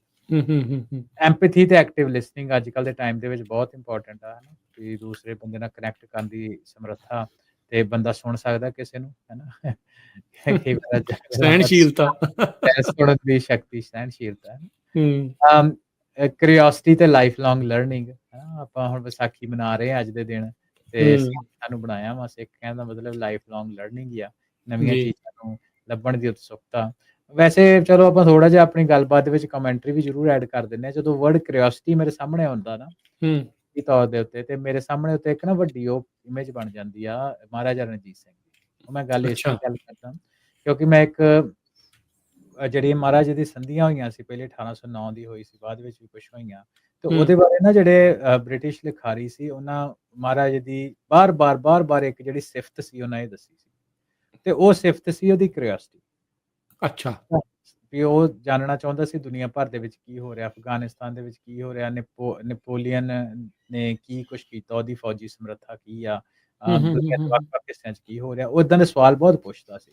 ਸੋ ਉਹਦੇ ਵਿੱਚ ਜਦੋਂ ਕਿਉਰਿਓਸਿਟੀ ਵਰਡ ਮੇਰੇ ਸਾਹਮਣੇ ਆਉਂਦਾ ਤੇ ਮਹਾਰਾਜਾ ਦਾ ਬਿੰਬ ਬਣ ਜਾਂਦਾ ਮੇਰੇ ਸਾਹਮਣੇ। ਖੈਰ, ਠੀਕ ਹੈ, ਹੂੰ, ਕਿਉਰਿਓਸਿਟੀ ਹੋਣੀ ਬਹੁਤ ਜ਼ਰੂਰੀ ਆ। ਦੂਸਰੀ ਚੀਜ਼ ਹੈ ਕਿ ਅਗਲੀ ਚੀਜ਼ ਹੈ ਕਿ ਟੈਲੈਂਟ ਮੈਨੇਜਮੈਂਟ, ਹੈ ਨਾ? ਕਿ ਜੇ ਤੁਸੀਂ ਜੇ ਤੁਹਾਡੇ ਕੋਲ 4 ਬੰਦੇ ਹੈਗੇ ਤੇ ਕੀ ਤੁਸੀਂ ਉਹਨਾਂ ਤੋਂ ਕੰਮ ਕਰਨ ਦੀ ਸਮਰੱਥਾ ਰੱਖਦੇ ਹੋ, ਉਹਨਾਂ ਕੋਲ ਕੰਮ ਕਰਵਾ ਸਕਦੇ ਹੋ, ਹੈ ਨਾ? ਤੇ ਰਿਸੋਰਸ ਮੈਨੇਜਮੈਂਟ ਉਹਦਾ ਹਿੱਸਾ ਹੀ ਆ ਜਾਂਦਾ ਵਾ। ਤੇ ਡਿਪੈਂਡੇਬਿਲਿਟੀ, ਵੀ ਮੈਂ ਤੁਹਾਨੂੰ ਕੰਮ ਦੇ ਦਿੱਤਾ, ਕੀ ਮੈਂ ਤੁਹਾਡੇ ਤੇ ਡਿਪੈਂਡ ਕਰ ਸਕਦਾ, ਤੁਸੀਂ ਉਹ ਕੰਮ ਨੂੰ ਨੇਪਰੇ ਚਾੜੋਗੇ, ਹੈ ਨਾ? ਤੇ ਅਟੈਂਸ਼ਨ ਟੂ ਡੀਟੇਲਸ, ਇਹ ਆ ਵੀ ਤੁਸੀਂ ਇਹਨੂੰ ਕਿੰਨੇ ਮਨਿਊਟਲੀ ਕੰਮ ਨੂੰ ਅੱਗੇ ਲੈ ਕੇ ਤੁਰਦੇ ਹੋ। ਜਿਹੜੀ ਚੀਜ਼ਾਂ ਦੀ ਅੱਗੇ ਆਪਾਂ ਗੱਲ ਕਰਦੇ ਹਾਂ ਕਿ ਕਿਸੇ ਟਾਈਮ ਦੇ ਉੱਤੇ ਬਹੁਤ ਜ਼ਿਆਦਾ ਉਹਦੇ ਤੇ ਜ਼ੋਰ ਲੱਗਾ ਹੁੰਦਾ ਸੀ, ਉਹਦੀ ਥੋੜ੍ਹੀ ਜਿਹੀ ਡਿਕਲਾਈਨ ਹੋਈ ਹੈ। ਡਿਕਲਾਈਨ ਤੋਂ ਕਹਿਣ ਦਾ ਮਤਲਬ ਵੀ ਇਹ ਸਾਰੇ ਜਿਹੜੇ ਰੋਲ ਹੈ 25% ਤੋਂ ਘਟੇ, ਜਿਹੜੇ ਹੁਣ ਮੈਂ ਅੱਗੇ ਕੁਛ ਰੋਲ ਬੋਲਣੇ। ਕਿਸੇ ਟਾਈਮ ਦੇ ਉੱਤੇ ਇਹਨਾਂ ਦੀ ਪੂਰੀ ਚੜ੍ਹਾਈ ਹੁੰਦੀ ਸੀ। ਉਹ ਹੈਗੇ ਆ ਮਲਟੀਲਿੰਗੁਅਲਿਜ਼ਮ, ਵੀ ਇੱਕ ਤੋਂ ਵੱਧ ਭਾਸ਼ਾਵਾਂ ਬੰਦੇ ਨੂੰ ਆਉਂਦੀਆਂ ਹੋਣਗੀਆਂ ਕਿ ਨਹੀਂ, ਤੇ ਉਹ ਅੱਛਾ, ਤੇ ਉਹ ਘਟ ਗਿਆ ਕੰਮ? ਹਾਂਜੀ, ਉਹ ਥੋੜ੍ਹਾ ਘਟਿਆ। ਉਹਦਾ ਕਾਰਨ ਇੱਕ ਰਾਜਕਾਰਨ ਇਹ ਵੀ ਆ ਕਿ ਜਿਹੜੀਆਂ ਬਹੁਤ ਜ਼ਿਆਦਾ ਜਿਹੜੀ ਇਹਦੇ 'ਚ ਕੰਮ ਕਰਨ ਦੀ ਹੁੰਦੀ ਸੀ ਨਾ, ਮਲਟੀਲਿੰਗੁਅਲ, ਉਹ ਆਪਾਂ ਹੁਣ ਦੇਖਿਆ ਕਿ ਜਿਹੜੇ ਮਾਡਲਸ ਹੈਗੇ ਆ ਜਾਂ ਸੌਫਟਵੇਅਰ ਕੁਛ ਇੱਦਾਂ ਦੇ ਆ ਕਿ ਤੁਹਾਨੂੰ ਮਲਟੀਲਿੰਗੁਅਲ ਜਿਹੜੇ ਬੰਦੇ ਆ ਉਹ ਨਹੀਂ ਚਾਹੀਦੇ ਹੁੰਦੇ, ਤੁਹਾਨੂੰ AI ਬੇਸਡ ਐਪਸ ਜਿਹੜੀਆਂ ਉਹ ਤੁਹਾਡਾ ਕੰਮ ਜਿਹੜੀਆਂ LLMs ਆ ਬੈਟਰ ਹੋਈ ਜਾ ਰਹੇ ਆ। LLM ਜਿਹੜੇ ਬੈਟਰ ਹੋਈ ਜਾ ਰਹੇ ਹੂੰ, ਆ। ਹੂੰ, ਮੈਂ ਇਹ ਨਹੀਂ ਕਹਿ ਰਿਹਾ ਇਹਨਾਂ ਦੀ ਜਿਹੜੀ ਗਿਣਤੀ ਅੱਜ ਦੇ ਦਿਨ ਦੀ ਵੀ ਵੱਧ ਰਹੀ ਹੈ, ਇਹਨਾਂ ਦੀ ਆਉਣ ਵਾਲੇ ਸਮੇਂ ਦੇ ਵਿੱਚ ਆਪਾਂ ਨੂੰ ਲੋੜ ਆ, ਪਰ ਜਿਹੜੀ ਕਿਸੇ ਟਾਈਮ ਦੇ ਉੱਤੇ ਇੱਕ ਬੜੀ ਵੱਡੀ ਚੌਥੇ ਪੰਜਵੇਂ ਨੰਬਰ ਦੇ ਉੱਤੇ ਸਕਿੱਲ ਹੁੰਦੀ ਸੀ, ਅੱਜ ਉਹ ਟਾਈਮ ਦੇ ਵਿੱਚ ਨਹੀਂ। ਅਮਰੀਕਾ ਵਿੱਚ ਹੀ ਦੇਖ ਲਈਏ, ਹੂੰ, ਸਪੈਨਿਸ਼ ਹੂੰ, ਸਪੀਕਿੰਗ ਆਪਾਂ ਆਪਣੇ ਵਹਿੰਦੇ 20 ਸਾਲ ਦੇ ਵਿੱਚ ਕਿੰਨਾ ਉਹਦਾ ਡਿਕਲਾਈਨ ਵੇਖਿਆ। ਪੰਜਾਬੀ ਸਪੀਕਰਸ ਦਾ ਵੀ ਕਿੰਨਾ ਵਾਧਾ ਹੋਇਆ ਆ, ਉਹਨਾਂ ਦੀਆਂ ਵੀ ਜੌਬਸ ਉਹਦੇ ਕਰਕੇ ਆਈਆਂ ਆ। ਹੂੰ, ਹਾਂਜੀ, ਹਾਂਜੀ, ਪਰ ਉਦਾਂ ਮੈਂ ਜਿੱਦਾਂ ਗੱਲ ਕਰਦਾ ਕਿ ਲਿੰਗੁਅਲ ਜਿਹੜੇ ਹੈਗੇ ਆ, ਉਹ ਇੱਕ ਠੀਕ ਆ ਸਕਿੱਲ ਆ, ਪਰ ਉਹਦੀ ਗਰੋਥ ਉਨੀ ਨਹੀਂ ਹੈਗੀ। ਹੁਣ ਉਨੀ ਡਿਮਾਂਡ, ਬੇਸਿਕਲੀ ਡਿਮਾਂਡ ਉਨੀ ਨਹੀਂ ਰਹਿ ਗਈ। ਹਾਂਜੀ, ਤੇ ਅਗਲਾ ਜਿਹੜਾ ਹੂੰ, ਮੈਂ ਪਹਿਲਾਂ ਤੁਹਾਨੂੰ ਕਿਹਾ ਸੀ ਵੀ ਬਾਅਦ ਵਿੱਚ ਗੱਲ ਕਰਾਂਗੇ ਕਿ ਇਨਕਰੀਜ਼ ਤਾਂ ਜ਼ਰੂਰ ਆ just by number of people, ਵੀ ਆਪਾਂ ਨੂੰ ਕਿੰਨੇ ਚਾਹੀਦੇ ਆ। ਹੂੰ, ਹੂੰ, ਹੂੰ, ਹੂੰ, ਪਰ ਜੇ ਪਰਸੈਂਟੇਜ ਵਾਈਜ਼ ਦੇ ਹਿਸਾਬ ਨਾਲ ਦੇਖੀਏ, ਸਿਰਫ 17% ਵਾਧਾ ਜਿਹੜਾ ਵਾ ਉਹ ਪ੍ਰੋਗਰਾਮਿੰਗ ਦੇ ਵਿੱਚ ਆ। ਠੀਕ ਆ, ਸੋ ਇਹ ਚੀਜ਼ ਨੂੰ ਸਮਝਣ ਦੀ ਲੋੜ ਆ। ਜਿਹੜਾ ਪਹਿਲਾਂ ਗੱਲ ਕਰਦੇ ਸੀ, ਉਹ ਗੱਲ ਕਰਦੇ ਸੀ ਟੋਟਲ ਨੰਬਰ ਆਫ ਪੀਪਲ। ਹੁਣ ਆਪਾਂ ਗੱਲ ਕਰਦੇ ਹਾਂ ਕਿ ਪਰਸੈਂਟੇਜ ਵਾਧਾ, ਤੇ ਸਿਰਫ 17% ਵਾਧੇ ਦੀ ਅਸੀਂ ਜਿਹੜਾ ਉਹ ਗੱਲ 17% ਕਰ ਰਹੇ ਹਾਂ। ਗੱਲ ਕਰ ਰਹੇ ਹਾਂ, ਹਨਾ? ਹੂੰ, ਕਿਤੇ ਉਹ ਹੂੰ, ਮੈਗਨੀਚਿਊਡ ਆਫ ਹੰਡਰਡਸ ਹੁੰਦਾ ਸੀ। ਠੀਕ ਆ। ਉਹ ਪ੍ਰੋਗਰਾਮਿੰਗ ਵੀ AI ਨੇ ਕਾਫੀ ਹੱਦ ਤੱਕ ਲੈ ਲਈ ਆ। ਤੇ ਉਸ ਤੋਂ ਬਾਅਦ ਜਿਹੜੇ ਕੁਛ ਹੋਰ ਸੈਂਸਰੀ ਪ੍ਰੋਸੈਸਿੰਗ ਐਬਿਲਿਟੀਜ਼ ਹੈ ਨਾ, ਉਹ ਤਾਂ ਚਲੋ ਵੀ ਤੁਸੀਂ ਕਿਸੇ ਨੂੰ ਆਵਾਜ਼ ਮਾਰੀ, ਅਗਲਾ ਕਿੰਨਾ ਸੁਣਦਾ ਨਹੀਂ ਸੁਣਦਾ ਨਾ, ਉਹ ਚੀਜ਼ਾਂ ਤਾਂ ਤੇ ਹੂੰ, ਹੂੰ, ਦੇ ਵਿੱਚ ਨਹੀਂ ਮਾਇਨੇ ਰੱਖਦਾ।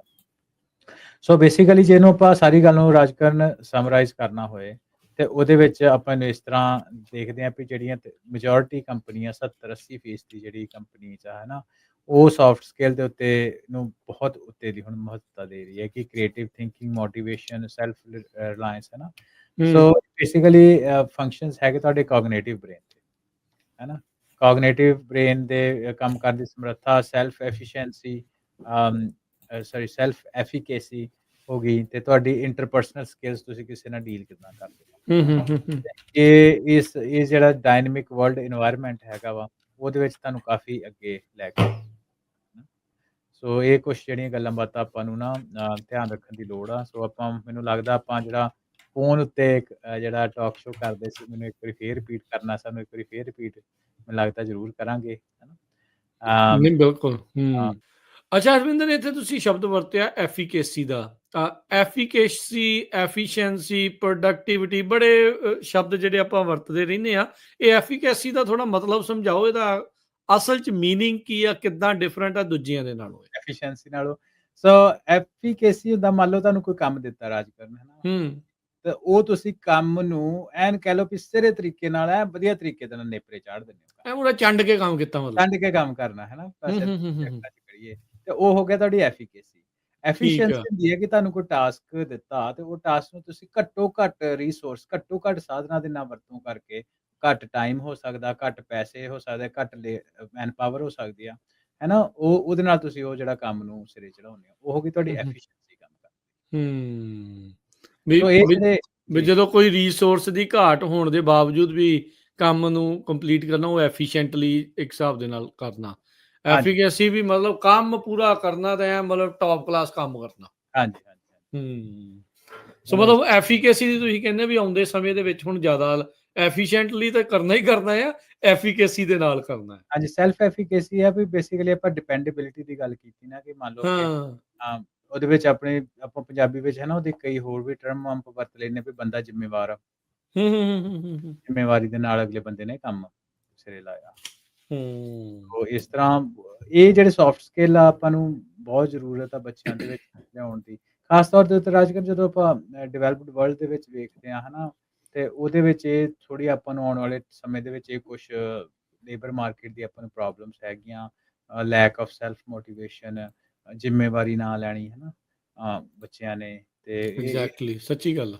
ਹਾਂਜੀ, ਹੂੰ ਕੁਛ ਆਪਾਂ ਨੂੰ ਐਜ਼ ਅ ਕਮਿਊਨਿਟੀ ਵੀ, ਐਜ਼ ਅ ਸਮਾਜ, ਆਪਾਂ ਨੂੰ ਇਸ ਚੀਜ਼ਾਂ ਨੂੰ ਐਡਰੈਸ ਕਰਨ ਦੀ ਲੋੜ ਹੈ। ਚਲੋ, topic for different day. Different time. ਹੂੰ ਅੱਛਾ। ਤੇ ਹੁਣ ਆਪਾਂ ਥੋੜੇ ਟ੍ਰੈਂਡਸ ਦੀ ਹਰਮਿੰਦਰ ਗੱਲ ਕਰ ਲੈਂਦੇ ਆ। ਕੰਟਰੀ ਦੇ ਵਿੱਚ, ਮੁਲਕਾਂ 'ਚ, USA 'ਚ ਕੀ ਟ੍ਰੈਂਡ ਚੱਲ ਰਹੇ ਆ ਜੌਬਸ ਨੂੰ ਲੈ ਕੇ, ਇੰਡੀਆ 'ਚ ਕੀ ਟ੍ਰੈਂਡਸ ਆਪਾਂ ਦੇਖ ਰਹੇ ਆ ਇਸ ਸਾਰੇ ਕਾਸੇ ਨੂੰ ਲੈ ਕੇ, ਜੇ ਆਪਾਂ ਇੱਥੇ ਥੋੜੀ ਜਿਹੀ ਗੱਲ ਕਰੀਏ ਹੁਣ। ਹਾਂਜੀ, ਸੋ ਆਪਾਂ ਰਾਜਕਰਨ, ਆਪਾਂ ਇਹ 2 ਜਿਹੜੇ ਕੰਟਰੀ ਆ ਚੂਜ਼ ਕੀਤੇ, ਕਿਉਂਕਿ ਇਹਦੇ ਨਾਲ ਹੀ ਆਪਾਂ ਦਾ, ਹੈ ਨਾ, ਵਾਹ ਵਾਸਤਾ। ਵਾਸਤਾ ਹੂੰ ਜ਼ਿਆਦਾ ਪੈਂਦਾ।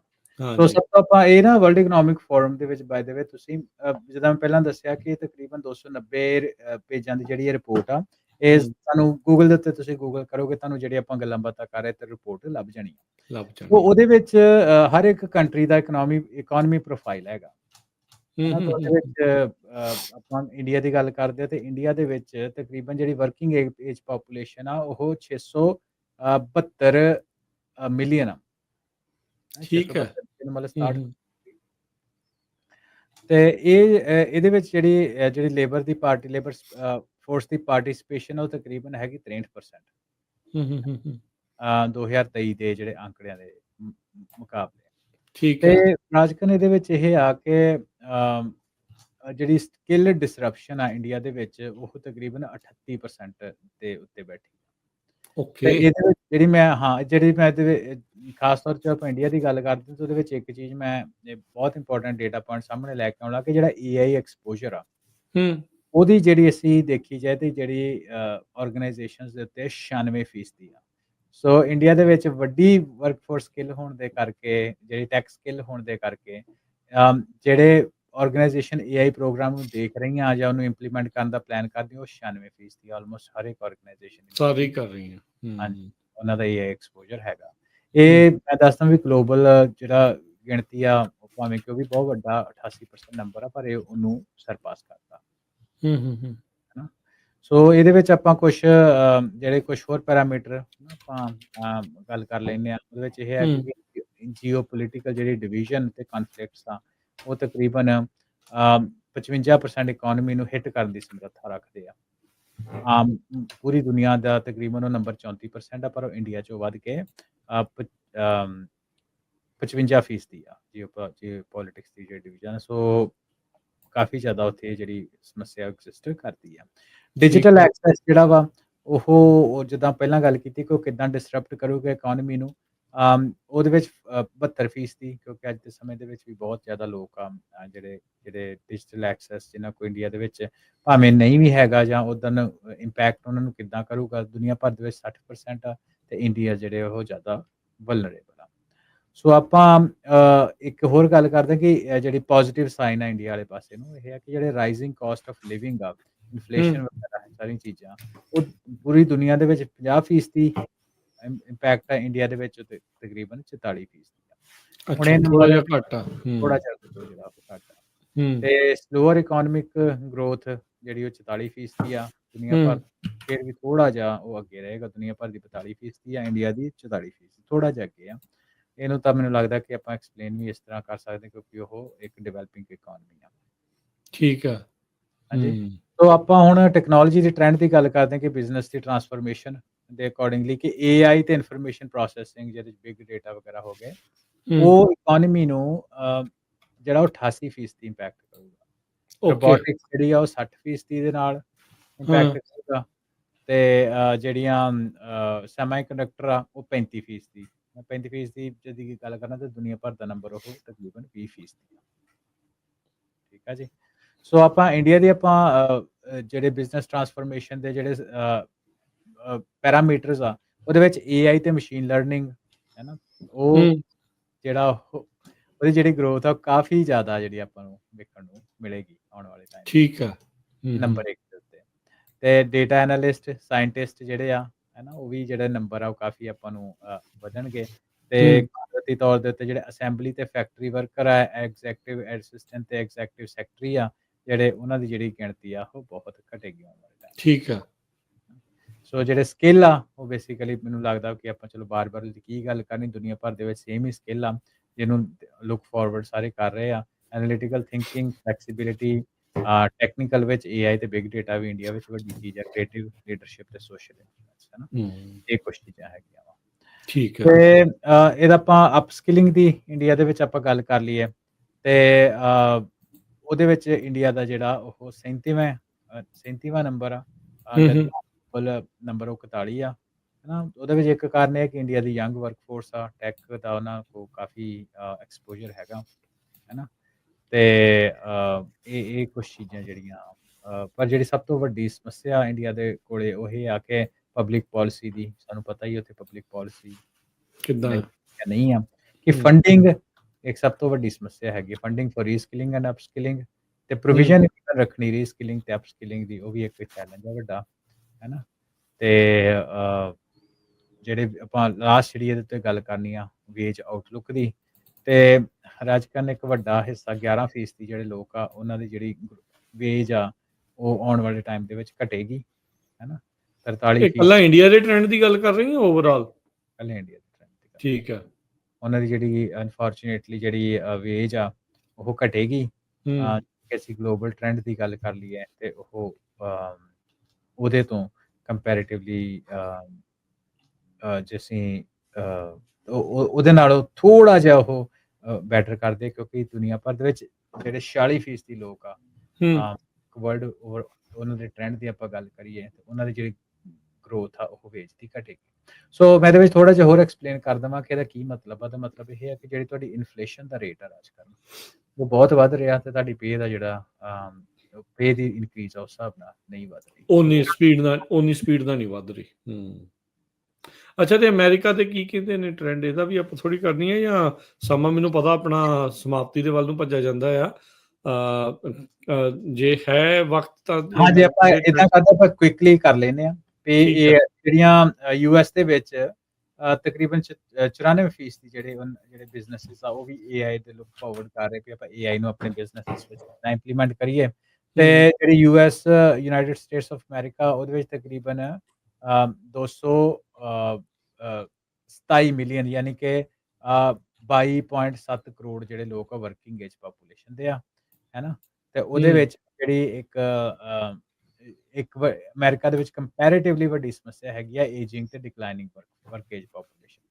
ਅੱਛਾ, ਠੀਕ ਹੈ। ਦਾ ਜਿਹੜਾ ਟ੍ਰੈਂਡ ਆ ਉਹ 40% ਆ, ਅਮਰੀਕਾ ਦਾ ਉੱਤੇ ਤਕਰੀਬਨ 47% ਆ। ਤੇ ਜਿਹੜੀ ਇਕਨੋਮੀ ਦੀ ਗਰੋਥ ਆ ਉਹ ਦੁਨੀਆ ਭਰ ਜਿਹੜੀ ਅਮਰੀਕਾ ਦੇ ਵਿੱਚ ਇਕਨੋਮੀ ਦੀ ਗਰੋਥ ਉਹ ਬਾਕੀ ਦੁਨੀਆ ਦੇ ਨਾਲੋਂ ਘਟੇਗੀ ਹੈ ਨਾ। ਸੋ ਇੱਕ ਡਿਵੈਲਪਡ ਨੇਸ਼ਨ ਹੋਣ ਕਰਕੇ ਵੀ ਇਹ ਚੀਜ਼ ਹੋ ਸਕਦੀ ਹੈ, ਪਰ ਜੋ ਵੀ ਆ 52% ਦੀ ਜਿਹੜੀ ਆ ਇਕਨੋਮਿਕ ਗਰੋਥ ਤੇ ਜਿਹੜੀ ਪਰਸੈਂਟੇਜ ਆ ਉਹ ਘਟੇਗੀ ਵਰਲਡ ਵਾਈਡ, ਜਿਹੜੀ ਉਹ 42% ਦੇ ਉੱਤੇ ਆ। ਟੈਕਨੋਲੋਜੀ ਦੇ ਵਿੱਚ ਸੇਮ ਹੀ ਆ, AI ਤੇ information processing, robotics and autonomous system ਹੈ ਨਾ।